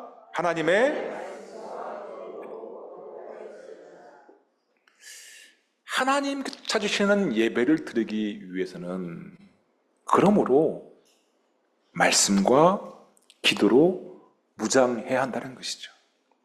이 땅에 속한 지체들, 나의 연약함, 나의 죄, 이 죄성을 죽이는 삶을 살아야 되는 것이에요. 내 욕망, 정욕, 내 탐심, 하나님이 진노할 만한 이런 더러운 것들을 내려놓기 위한 싸움, 끊임없는 말씀과 기도의 훈련, 하나님 임재의 연습이 우리에게 요구된다는 것입니다. 그래서 오늘의 교회는요, 지금 바로 이 이러한 훈련을 하기 위한, 이러한 양육을 하기 위한 이 일에 매진하고 있어요. 과거에 많은 분들이 온누리교회 예배를 보면서 뭐 화려하다, 뭐 멋있다, 저 장비 얼마짜리냐, 우리도 저 스크린 사자, 뭐 이런 이야기를 했어요. 근데 저희는 이제 그런 거 중요하지 않아요. 장비가 중요하지 않아요. 겉으로 보이는 게 중요하지 않아요. 우리의 본질을 바꾸기 위한 말씀과 기도의 훈련에 전념합니다. 그래서 오늘의 예배 사역자 양육 체계가 있는데 매일 이걸 하게 해요. 아침에 큐티하게 합니다. 성경을 읽습니다. 1년에 1독씩 우리 공동체 성경 읽기를 하고 있잖아요. 1년에 2독씩 하는 분도 있어요. 중보기도를 매일 합니다. 그리고 관계를 하고 사랑하고 신뢰를 얻은 그 상태에서는 솔직하게 얘기해요. 아침에 큐티 안 할 거면 사역하지 말라고. 중보기도 하지 않을 거면 찬양 사역 하지 마시라고. 어려운 이야기예요. 성경을 읽지 않을 거면 이거 하지 마시라고. 우리는 동아리 아니라고. 여러분, 세상 음악팀이면 그냥 안 하셔도 돼요. 근데 우리는 하나님이 찾으시는 그 예배를 섬기고자 하는 그런 부름을 받은 사람들이잖아요. 그렇다면 매일매일 이러한 말씀과 기도의 훈련을 해야 하는 것이죠. 그 사람이 행복한 사람이에요. 그 사람이 복이 있는 사람이에요. 그리고 또 한 가지 최근에 강조하는 것이 가정 예배입니다. 가정 예배. 여러분의 가정 안에서도 부모님이 매일 자녀의 머리에 손을 얹고 기도하는 삶, 부부가 매일 오늘 어떤 말씀을 묵상했는지 서로 나누는 삶, 가족 카톡방에서 매일매일 큐티를 나누고 또 기도를 나누는 그런 삶을 살라는 것이에요. 그리고 매년 우리가 원 스피릿 예배 컨퍼런스를 통해서 또 함께 만나고 있고, 지금 하겠지만 헌신 사역도 하게 되고요. 또 원 스피릿 예배 양육을, 그래서 이 예배학교 찬양학교가 있지만 그 이외에 또 계속해서 업데이트를 해서 예배 양육 교재를 나누어 드리고 그 해의 주제를 가지고 공부를 하고 있습니다. 또 팀들마다 수련회를 가고 아울리치를 가고 있는 것이죠. 자, 그래서 여러분, 이제 이 헌신 사역서에 대한 설명을 조금 드리려고 하는데요. 제 마지막 장에 있습니다. 자, 오늘의 교회 예배 사역자가 누구인가에 대한 정의가 나와 있어요. 하나님께서 찾으시는 예배를 위한 하나님의 통로라는 것이죠. 그래서 예배의 선봉대이고 영광의 운반자이고 섬기는 사역자의 역할을 감당한다고 그랬어요. 여러분, 선봉에 있습니다. 여러분이 무너지면 교회가 어려워져요. 선봉에서 이겨야 되는 거예요. 승리해야 돼요. 영광을, 하나님의 임재를 이곳에 가지고 와야 되는 거예요. 그렇게 거룩한 사역자들이 되어야 되는 것이죠. 예수님이 우리를 섬기셨던 것처럼 우리 또한 이웃을 섬길 수 있는 그 역할을 충실하게 하기 위해서 이러한 사역을 한다 그랬어요. 이것을 어기는 것은 하나님의 성전인 나 자신을 더럽히고 거룩한 예배를 무너뜨리는 행위임을 기억하면서 성령님을 근심하지 않게 하도록, 우리가 영으로 예배하지 않을 때 성령님이 근심합니다. 하나님과 성도 앞에서 힘써 지키겠다는 약속을 하는 것이죠. 그래서 예배 섬김을 위해서 겸손히 기도로 준비하겠다. 기도하지 않고 예배하는 분도 많습니다. 그러면 쇼하는 거예요, 어떻게 보면. 물론 올라와서 찬양을 하는 가운데 하나님 만날 수도 있겠지만 항상 겸손히 기도로 준비해야 되는 것이죠. 또한 성도의 교제를 나누는데 힘써야 됩니다. 예배가 끝나면 그냥 후다닥 가지 마세요. 서로 교제하세요. 하나가 되세요. 술, 담배, 마약, 이런 이슈들이 교회 안에 있었음을 솔직히 고백합니다. 성적 순결, 음란물, 심각합니다. 특히 형제님들 정말로 심각하고, 개인적으로 정말 이 부분 때문에 많은 형제들과 같이 또 상담도 하고 노력을 했던 그런 예도 있지만 여러분 이러한 거룩을 해치는 그 행동에서 우리가 자유로워져야 될 것입니다. 동역자를 유혹하는 일도 있었어요. 형제자매님이 예배팀 안에서 부정한 만남을 갖는 예도 있었습니다. 거짓말을 하는 그런 경우도 있었고, 특히 고성을 지르는 우리 성가대는 없으시죠? 목소리 크신 분, 고성을 지르거나 화를 내시는 분. 왜요? 그것이 거룩에 합당하지 않거든요. 무슨 세상에서 무슨 싸우는 것처럼, 무슨 이렇게 갱스터 집단에서 싸우는 것처럼 그렇게 하지 말라는 거예요. 화가 날 수 있지만 그 화를 참고 온유하게 바꿔 나가고, 팀 안에서 물건을 판매하시는 분이 계셨어요. 다단계가 들어오셔갖고 성가대 열심히 섬겨요. 막 뭐 봉사할 거 있으면 막 자원해서 섬기고 그렇게 1년 2년을 섬기셨어요. 그분 정말 훌륭한 분인 줄 알았어요. 알고 보니까 다단계였어요. 관계가 되니까 물건을 잘 팔아요. 무서운 일이죠. 돈을 빌리는 행위 하지 마세요. 연약하기 때문에. 이런 그 일들 때문에 팀이 깨지는 일들이 얼마나 많았는지 몰라요. 돈 이슈 때문에. 교회의 권위와 질서를 따르는 그 일. 나보다 어린 분이 팀장이 됐어요. 내 학교 후배가 뭐 선거사님이 됐어요. 그러면 그 선거사님을 향해서 선거사님이라고 불러줘야 되는데 제가 어떻고 말이에요. 저 자식이 뭐 이렇게 말한다고요. 그 하나님이 좋아할 일이 없습니다. 하나님은 권위와 질서를 존중하시는 분이세요. 복장 규정을 준수하십시오. 성가대가 어떻게 입기로 했으면 그 복장의 규정을 준수하세요. 뭐 노란색 셔츠를 입기로 했으면 노란색 셔츠를 입으면 되는데 나는 노란색은 안 맞아. 노란색에서 좀 변색된 뭔가를 입고 그러면 하지 마세요. 합당하지 않아요. 하나님 받으실 만한 예배가 아니잖아요. 그래서 뭐 귀걸이라든지 목걸이라든지 뭐 아무튼 예배를 방해할 수 있다고 생각되는 것은 하지 않아야 되는 거예요. 왜냐하면 우리는 저스트 회중 예배자가 아니라 이 회중의 예배를 인도하는 예배 사역자이기 때문에 그렇습니다. 그냥 그런 상관없이 예배 드리려면 그냥 사역을 하지 마시고 예배자로 그냥 예배하시면 되는 거예요. 그러면 뭐 여러분 뭐 찢어진 청바지 입고 와도 아무런 말 안 합니다. 그냥 사역자이기 때문에 그렇다는 것이죠. 더 중요한 거, 매일 큐티하는 거예요. 매일 중보기도 하는 거예요. 매일 성경을 읽는 것입니다. 양육에 열심히 참여하는 것이. 이것을 타협하기 시작하면요, 팀이 결국은 세속화될 거예요. 하나님이 강력하게 사용할 수 있는 팀이 될 수가 없는 것이에요.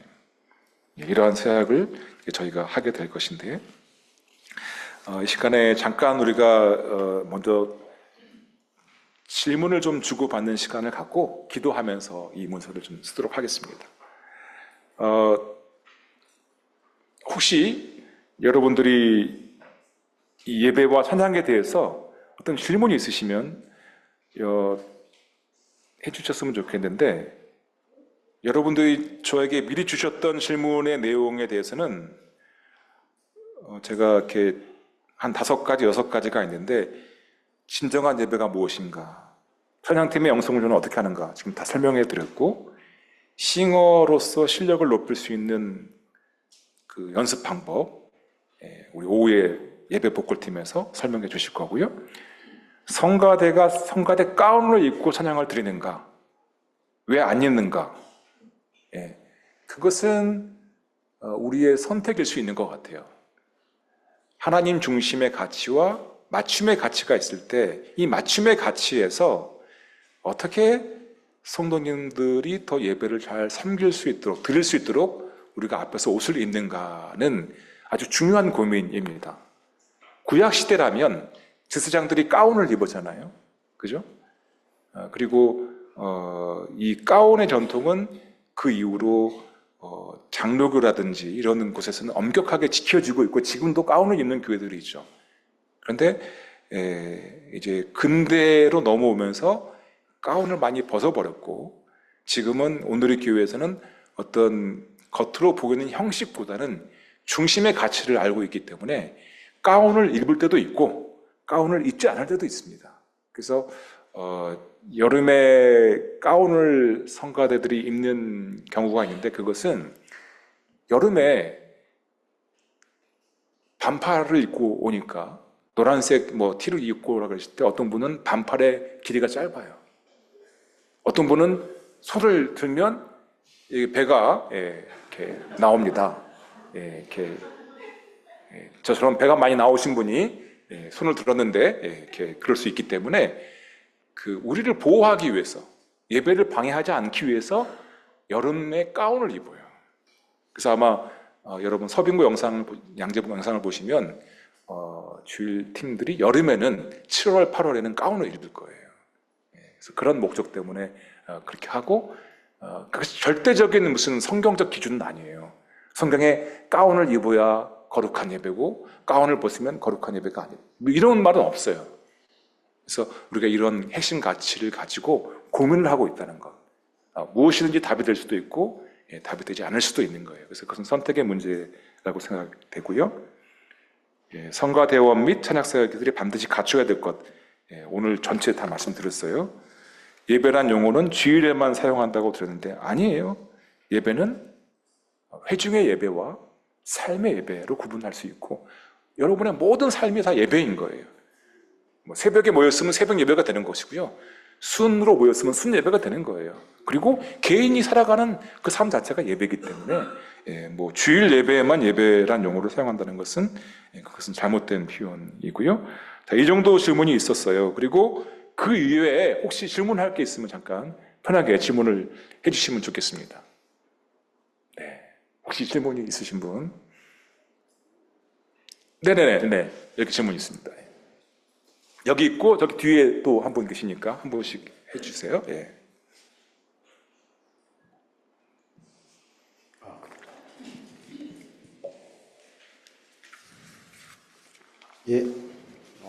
저는 산불 찬양팀에서 지금 섬기고 있는 이성만이라고 합니다.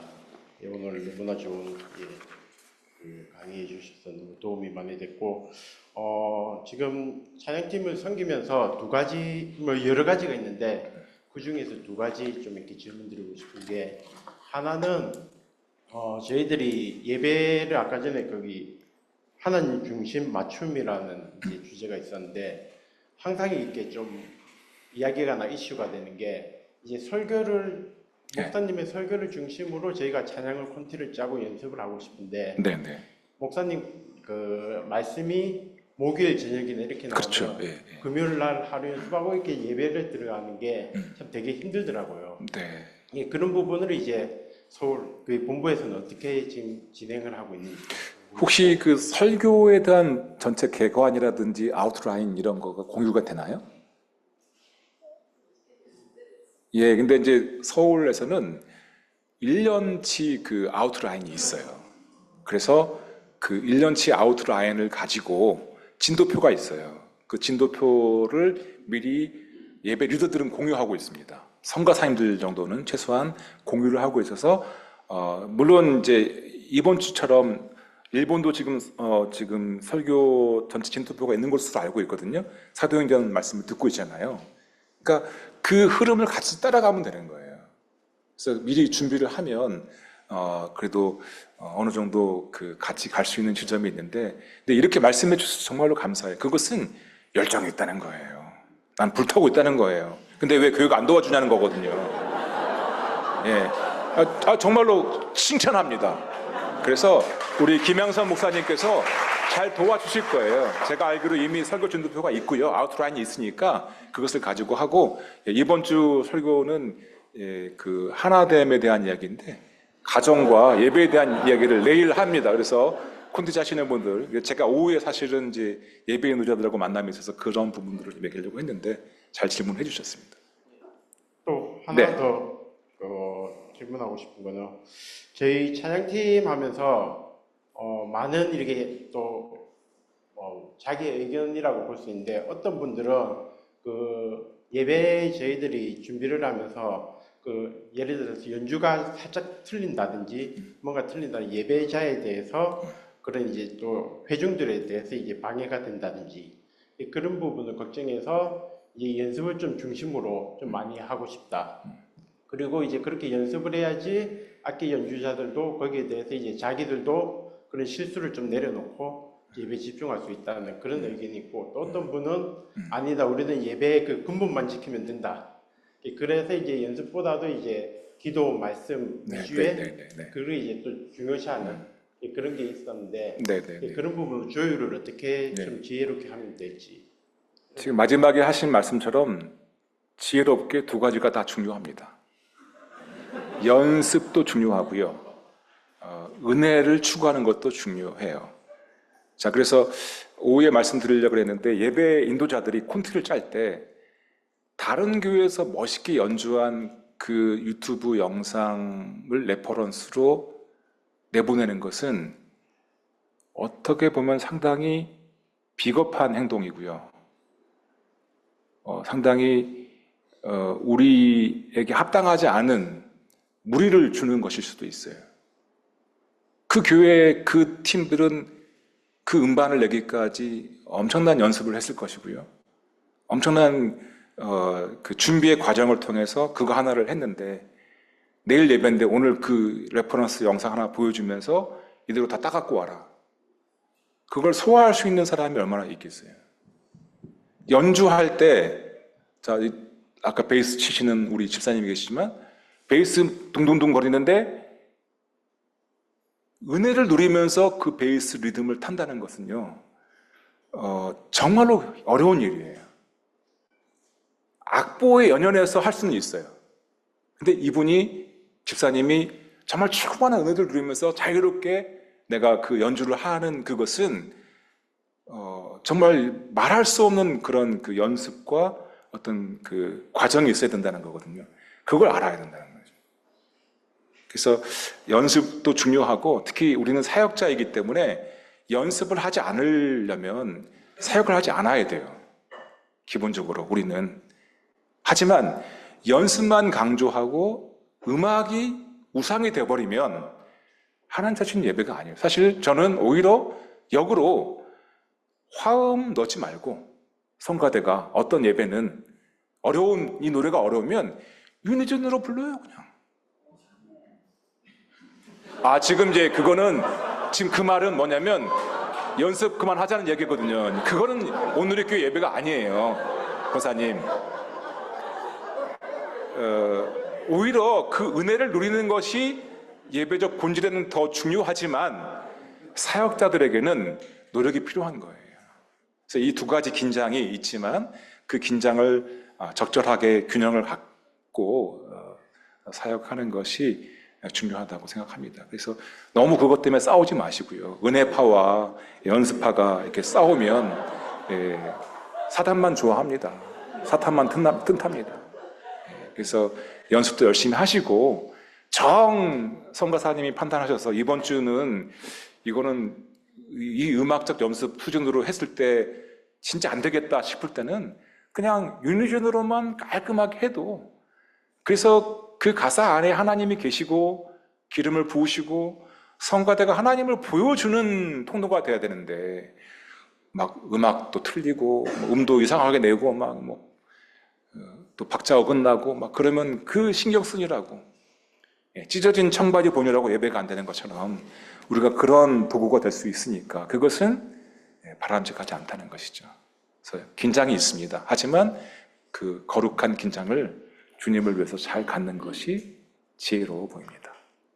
네, 또 아까 저쪽에 질문이 있었는데, 네.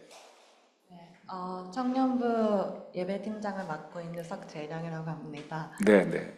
봉사자를 세우실 때 어떻게 세우고 계시는지 네. 싶은데, 아무래도 해외이다 보고 청년이긴 하니까 그러니까 왔다 갔다 하는 것도 많고 계속 좀 더 세우고 싶은데 그러니까 봉사자가 부족한 그런 상황이 계속되고 있는 네, 것도 네, 네. 있어서 네, 네, 네. 그런데 또 거룩한 부분이나 또 예배자, 사역자로서의 그런 마음가짐도 잘 갖추는 사람을 세우고 싶다 보니 그러니까 그런 것들이 좀 많이 어려운 것 같아서 어떻게 하고 계시는지 여쭤보고 싶었어요.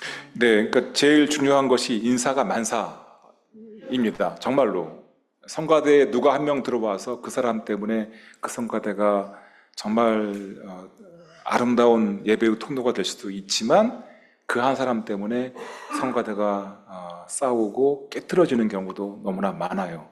저는 예배학을 공부했는데 예배학 공부하다 보면 전 세계 모든 교회의 가장 심각한 교회적 분쟁의 진원지가 어디일까요? 주로 성가대예요. 성가대에 교회에 제일 막강한 분들이 계세요. 그래서 막 그 목사님하고 싸우고 특히 성가대하고 챔버하고 많이 싸워요. 챔버 연주하시는 분들은 주로 전공하신 분들이 많기 때문에 나도 전공했다. 근데 성가사님으로 오신 분이 지휘자가 내 후배다. 그럼 막 함부로 하는 거예요. 그래서 실제로 11시 예배인데 10시 반까지 연습하다가 싸워서 챔버팀은 다 철수해버리는 그런 예도 있고 그럴 정도로 얼마나 심각한 싸움이 있는지 몰라요. 그래서 여러분 사람을 선발하는 것이 정말로 중요합니다. 저는 이것이 답은 아니지만 아주 신중하게 선발하라고 말씀드리고 싶어요. 급하니까 막 꼽지 말고요. 왜냐면 그 한 사람 때문에 정말로 우리가 좋아질 수도 있고 어려워질 수도 있는 거예요. 그래서 신중하게 뽑는데 더 중요한 것은 사람을 뽑아서 훈련하는 시스템이 중요해요. 아까 제가 마지막 부분에 말씀드렸죠. 지금 온누리교회가 총력을 기울이고 있는 것은 예배 사역자 양육이에요. 훈련이에요. 여러분들이 얼마나 거룩한 예배자가 되는가. 여러분 거룩한 예배자가 된다는 것은 유튜브에 안 나타나요. 제가 실체를 말씀드리면 유튜브에 이쁘게 보이는 멋있게 보이는 찬양팀들이 있잖아요.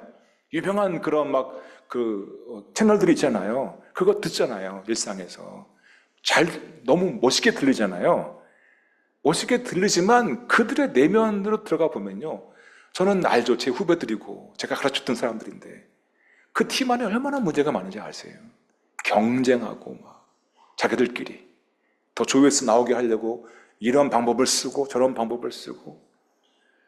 여러분 근데 그렇게 멋있게 보이려고 하는 게 중요한 것이 아니라 하나님이 우리에게 계시는 것이 더 중요한 거예요. 그것을 위한 훈련이 필요하다는 것이죠. 그것을 위한 양육 체계를 교회가 든든하게 세워놔야 돼요. 그래서 제가 교육자들에게도 말씀드리겠지만 성가대가 열심히 훈련할 수 있는 그런 훈련 방법, 제가 다 설명해 드렸잖아요. 우리가 지금 서울에서 어떻게 하고 있는지, 온누리 예배 사역자 양육 체계라는 것을 매일 뭘 해야 되고 1년에 한 번씩은 뭘 해야 되고 어떤 스쿨을 해야 되고 이런 시스템이 있지 않으면 좋은 예배 사역자가 되기 어려워요. 그래서 이런 이제 컨퍼런스를 통해서 여러분들이 이제 훈련되기를 결정하신 것이기 때문에 그러한 방법을 사용하시고, 그리고 저는 천영부 순양팀에 하나님께서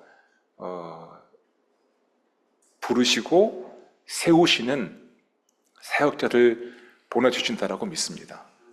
그래서 인간적으로 내가 인맥을 동원해서 저 사람 이쁘게 생겼으니까, 저 사람 옷 잘 입으니까 그렇게 뽑지 마세요. 정말로 선별하고 또 고민하고 하나님이 보내주신 사람인가, 특히 리더이시기 때문에 리더라면 그런 마음으로 그 멤버 선발을 해야 합니다. 또 다른 질문 있을까요? 네, 회장님. 안녕하세요. 네. 청년부를 섬기고 있는 김영훈이라고 합니다. 네. 네, 저희 청년부가 이제 청년부이지만 대학 청년부여서 오케이. 다양한 세대가 있습니다. 20대부터 이제 기혼 전까지, 네. 20대에서 40대까지 있는 와중에 찬양팀 안에서도 이제 다양한 친구들이 있어서 이제 각자 섬겨온 공동체의 방식과 또한 요즘 세대 공동체의 방식과 예배, 방금 말씀해주신 이런 규율들 중에서도 좀 올드하지 않나요? 라는 의견도 받기도 하고 또 이제 청년부 예배 안에서도 이제 20대에서 30대 중후반까지 다양하게 있는데 참 그 의견이 서로 다른 가운데서 어떻게 이거를 돌파해 나가야 되는지 혹시 조언해 주실 수 있으시면 감사드립니다. 세대 간의 차이가 얼마나 심각하냐면 이제는 세대 간의 그 복음을 전하는 것을 선교라고 말할 정도로 여러분이 여러분의 자녀들에게 자녀 세대에게 말씀을 나누는 자체가 선교가 될 만큼 이제는 그렇게 어려운 세대 간의 차이가 있는 시대가 되어버렸죠. 20대와 40대가 다르죠. 엄청나게 다르죠. 그래서 그거를 이해하고 그래서 오늘의 교회 가치가 맞춤을 추구하는 바와 같이 사실은 20대는 20대끼리 예배할 수 있도록 하는 것이 더 좋은 방법일 수도 있어요. 그래서 실제로 우리가 그러한 공동체를 만들어 보기도 했고 그렇게 운영을 해보기도 했는데 20대끼리만 따로 있는 것이 또 장점이 될 수도 있는 반면에 단점이 될 수도 있습니다. 40대에게 배울 수 있는 것이 있고 또 예배 끝나면 40대 형님들이 맛있는 거 사주잖아요. 20대끼리만 있으면 그냥 이렇게 편의점 가서 먹지만 40대 그 형님이 계셔서 가서 우동 한 그릇 먹을 수 있으니까 또 그런 장점도 있을 수 있습니다.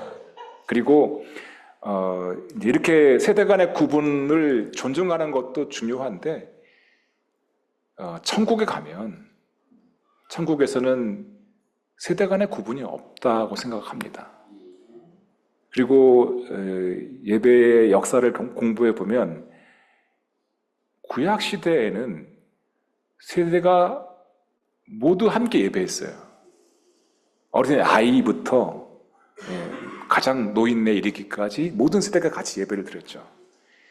그것이 최소한 17세기 정도까지 18세기 정도까지 계속되다가 18세기 정도에 이르러서 썬데이 스쿨이 생겼어요. 산업화가 되면서 사람들이 분화하게 되고 세대를 존중하게 되면서 아이들은 아이들끼리 예배해라. 그래서 주일학교가 생겼어요. 그래서 지금은 주일학교 시대가 되었지만 그것이 갖는 장점이 있는 반면에 부모와 함께 예배하지 못하는 단점도 있어요. 그래서 가정 예배를 강조하는 거예요. 그래서 천국에 가면 분명히 모든 세대가 같이 예배할 것이기 때문에 또한 그것도 고민해 보시고요. 또 지금 저에게 말씀하신 바와 같이 그 말을 저기 이렇게 30, 40대 누나들, 형님들에게도 이야기하시고 건강한 말이잖아요. 서로 소통하고 서로 맞춰주려고 하는 그 노력이 오늘의 교회의 예배 태도인 것 같아요. 그래서 그런 마음을 가졌으면 좋겠습니다. 예. 또 혹시 질문 있으신가요? 네. 그러면 우리 같이 조금 기도하고 이 서약을 하고 마무리하도록 하겠습니다. 우리 이렇게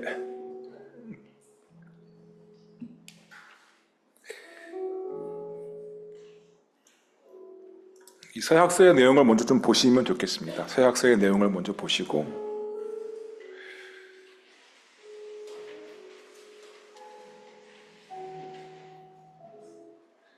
같이 쭉 읽고요. 여러분 왜 이런 것까지 시키냐라고 말할 수 있어요. 근데 왜 이런 것까지 시키냐면 사람이 이런 하나님의 질서를 따르려고 애를 쓰지 않으면 사탄이 여러분을 가만히 안 둬요. 교회를 넘어뜨리게 하는 제일 좋은 방법이 예배 사역자들 공격하는 거예요. 예배 사역자들이 하늘과 땅을 연결하는 사람들이잖아요. 영광을 운반하는 사람들이잖아요. 여러분들이 타락하게 만드는 거예요. 여러분들이 성경대로 예배하지 않게 계속해서 공격할 거예요. 기도하지 않게 만들 거예요. 큐티 안 하게 할 거예요. 왜냐면 내가 티 안 내면 아무도 모르니까. 근데 그것을 하자는 거예요. 서로 돌아보자는 거예요. 더 하나님 찾으시는 예배자가 되도록. 신앙생활은 절대 혼자 못합니다.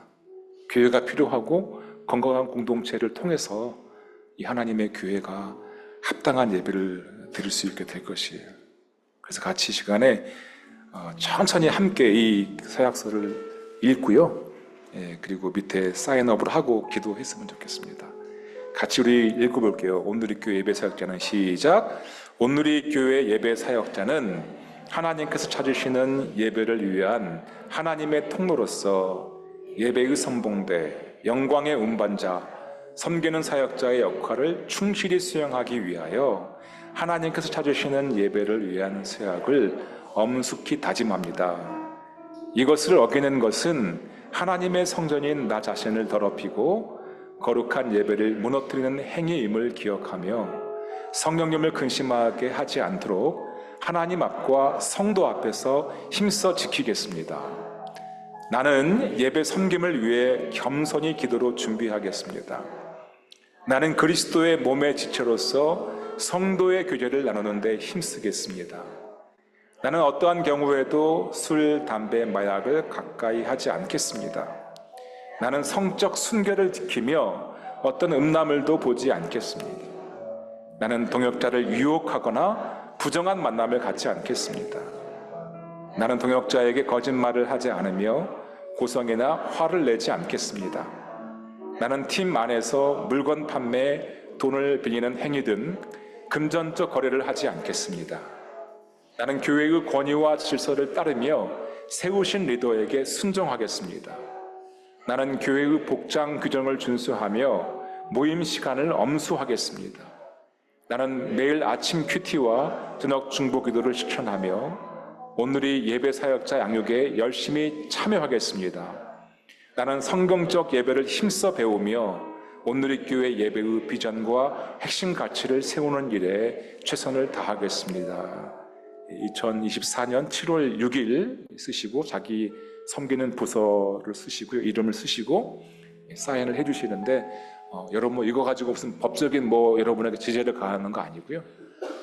나가실 때 우리 김양선 목사님에게 제출해 주시면 볼펜 없으신 분들은 지금 볼펜을 드립니다. 그래서 자원하는 마음으로 하나님 찾으시는 예배자가 되기 위한 그런 나의 다짐을 이 페이퍼에 담아 주시고요. 그러니까 그러한 예배 사역자가 되기를 같이 또 기도했으면 좋겠습니다.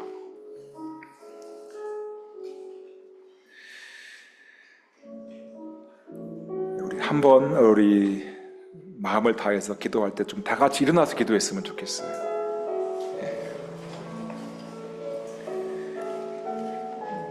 성경이 말씀하시기를 그대는 이것을 알아라 말세에 어려운 때가 온다 그랬어요. 지금 이 시대에 사람들은 자기만 사랑합니다.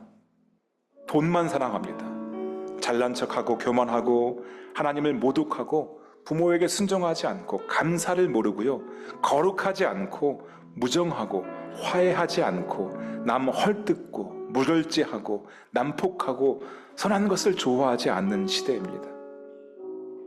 배반하고 무모하고 자만하고 하나님 사랑하는 것보다 쾌락을 더 사랑하는 시대. 경건의 모양은 있으나 경건의 능력을 인정하지 않는 이 시대. 주께서 말씀하시기를 그대는 이런 사람들을 멀리하라 라고 말씀하셨어요. 하나님 찾으시는 예배자가 되기 위해 거룩한 예배자로 살아가기를 다짐합니다. 하나님 찾으시는 예배자가 되기 위해 영으로 예배하고 진리로 예배하기를 소원합니다. 아버지, 우리가 예배할 때마다 패배함으로 절망함으로 예배하는 것이 아니라 예수님의 승리함으로 예배할 수 있게 하여 주시옵소서. 우리가 예배할 때 살아계신 하나님께서 역사하사 어둠이 떠나고 병이 낫고 귀신이 떠나가는 하나님의 기쁨과 감동으로 충만한 살아있는 그런 예배를 체험할 수 있도록 나를 사용하여 주시옵소서. 우리 성가대를 사용하여 주시고 우리 밴드팀을, 우리 싱어팀을 사용하여 주시옵소서. 우리 모든 예배 사역자들을 사용하여 주셔서 하나 되게 하심으로 우리 모두가 하나님을 보여드리고 하나님의 영광을 나타낼 수 있는 하나님의 거룩한 통로로 쓰임받기를 원합니다. 세상의 엔터테인먼트, 그 세상의 음란한 것들 멋있어 보이고 정말로 아름다워 보이지만 그 모든 세상의 것들이 다 끝날 것입니다. 하지만 우리의 예배, 우리의 찬송은 천국으로까지 이어져서 영원한 예배자로 살아갈 때 우리의 삶 가운데 가장 아름다운 주님의 빛이, 주님의 영광이 우리와 함께하게 되는 줄로 믿습니다.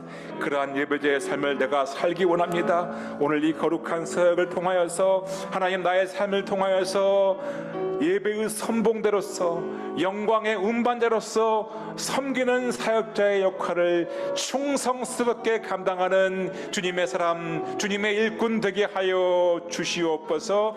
두 손을 높이 들고 주의 이름 3번 부르며 합심하여 통성으로 기도하시겠습니다. 주여, 주여, 주여. 하나님 아버지, 하나님 아버지, 붙들어 주시옵소서. 주의 영광으로 함께하여 주시옵소서. 주의 빛으로 조명하여 주시옵소서. 이 시간 성령님 오셔서 더 하나님을 부르며 주님을 찾으며 주그 찾으시는, 하나님 찾으시는 그 거룩한 예배를 드리며 나아가시도록 성령님 기름 부어 주시옵소서. 생명 다해 찬양하기 원합니다. 손을 높이 들고 찬양하기 원합니다. 열정을 다하여서, 생명을 다해서 주님 예배할 수 있게 하여 주시옵소서. 섬김의 예배를 드리기 원하고 포기함의 예배를 드리기 원하며 하나님과의 입맞춤을 누리는 예배 드리시도록 하나님의 은총을 부어 주시옵소서. 우리의 영이 기능하기 원합니다. 진리의 말씀이 우리의 예배가 되기 원합니다. 거룩하신 하나님 앞에 거룩한 삶으로 예배할 수 있게 해주시옵소서. 삶의 모든 시간과 공간이 주님을 향한 거룩한 예배의 처소가 되기를 원합니다. 하나님, 사도행전들에게 바로 그 교회에 주께서 찾으시는 그 예배 드리기 원하오니 이들을 사용하여 주셔서 주님의 뜻이 이루어지게 하여 주시옵소서. 하나님 중심의 가치, 마침의 가치, 세상으로 나아가는 예배의 가치를 가지고 불타는 예배자가 되어서 살아있는 예배를 드리는 주님의 거룩한 손으로 쓰임받게 하여 주시옵소서. 이 마지막 음란한 세대 가운데 주님 찾으시는 예배자가 되도록, 우리 예배가 쇼가 되지 않도록 진정한 예배가 제가 되도록 거룩한 부담을 가지고 인재의 걸림돌이 되지 않도록 충만한 예배 사역자가 될 수 있도록 하나님의 은총을 부어 주시옵소서. 오늘 거룩한 헌신을 통하여 주께 우리의 마음을 드리고 우리의 삶을 드리오니 우리 예배를 사용하여 주시옵소서.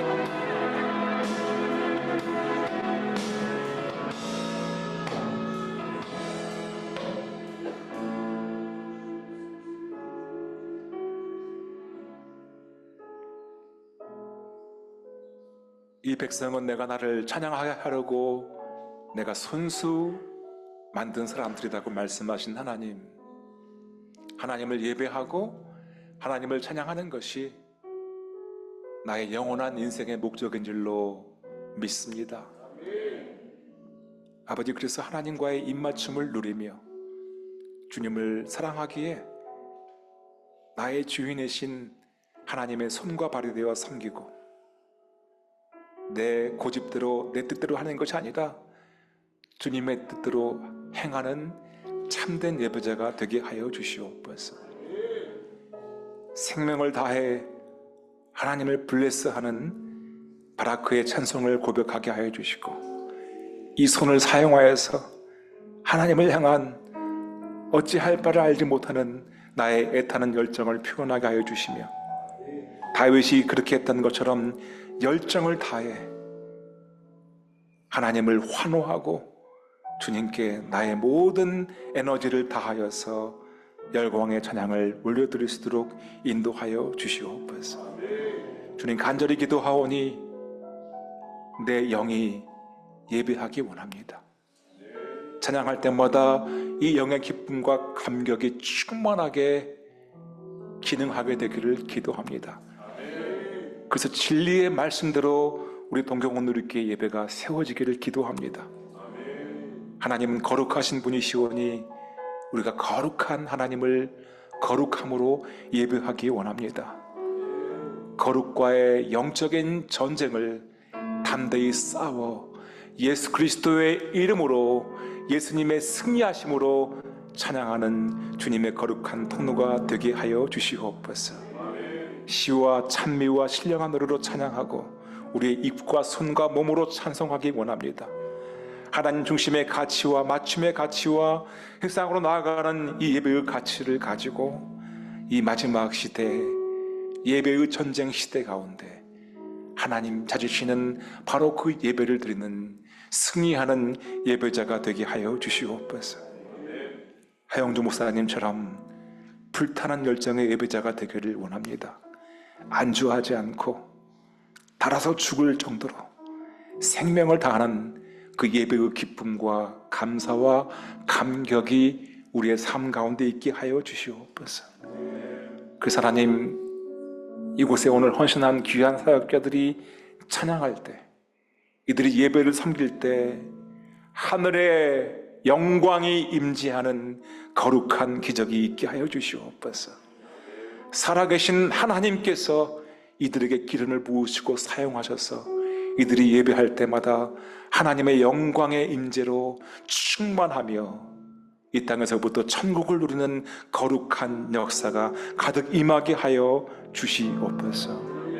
하나님께서 거룩한 헌신함으로 이 시간 헌신사약서를 주께 드리며 나의 삶을 주께 올려드리오니 이 거룩한 고백을 받아주시고 더욱 주님의 영광을 위하여 주님의 뜻대로 사용하여 주시옵소서. 동경 온누리교회를 통하여 이 땅에 예배가 회복되고 많은 예배자들이 주께로 돌아오며 이 일본 땅에 열방에 예배가 품게 되는 아름다운 기적이 있게 하여 주시옵소서. 그렇게 우리 가운데 역사하시고 기름 부으시는 좋으신 하나님을 찬양하오며 지금 이 시간 우리의 길과 진리와 생명이신 예수 그리스도의 은혜와 하나님 아버지의 무한하신 사랑하심과 성령님의 기름 부으심과 교통하심이 하나님께서 찾으시는 바로 그 예배자로 예배의 통로로 아름답게 사용되기를 헌신하는 동경온누리교회 모든 예배사역자들의 머리 위에 이 모든 팀들과 이들의 귀한 헌신 가운데 이들의 가정과 이들의 일터 가운데 우리의 다음 세대 위에 이제로부터 영원토록 함께 하시옵기를 간절히 축원하옵나이다.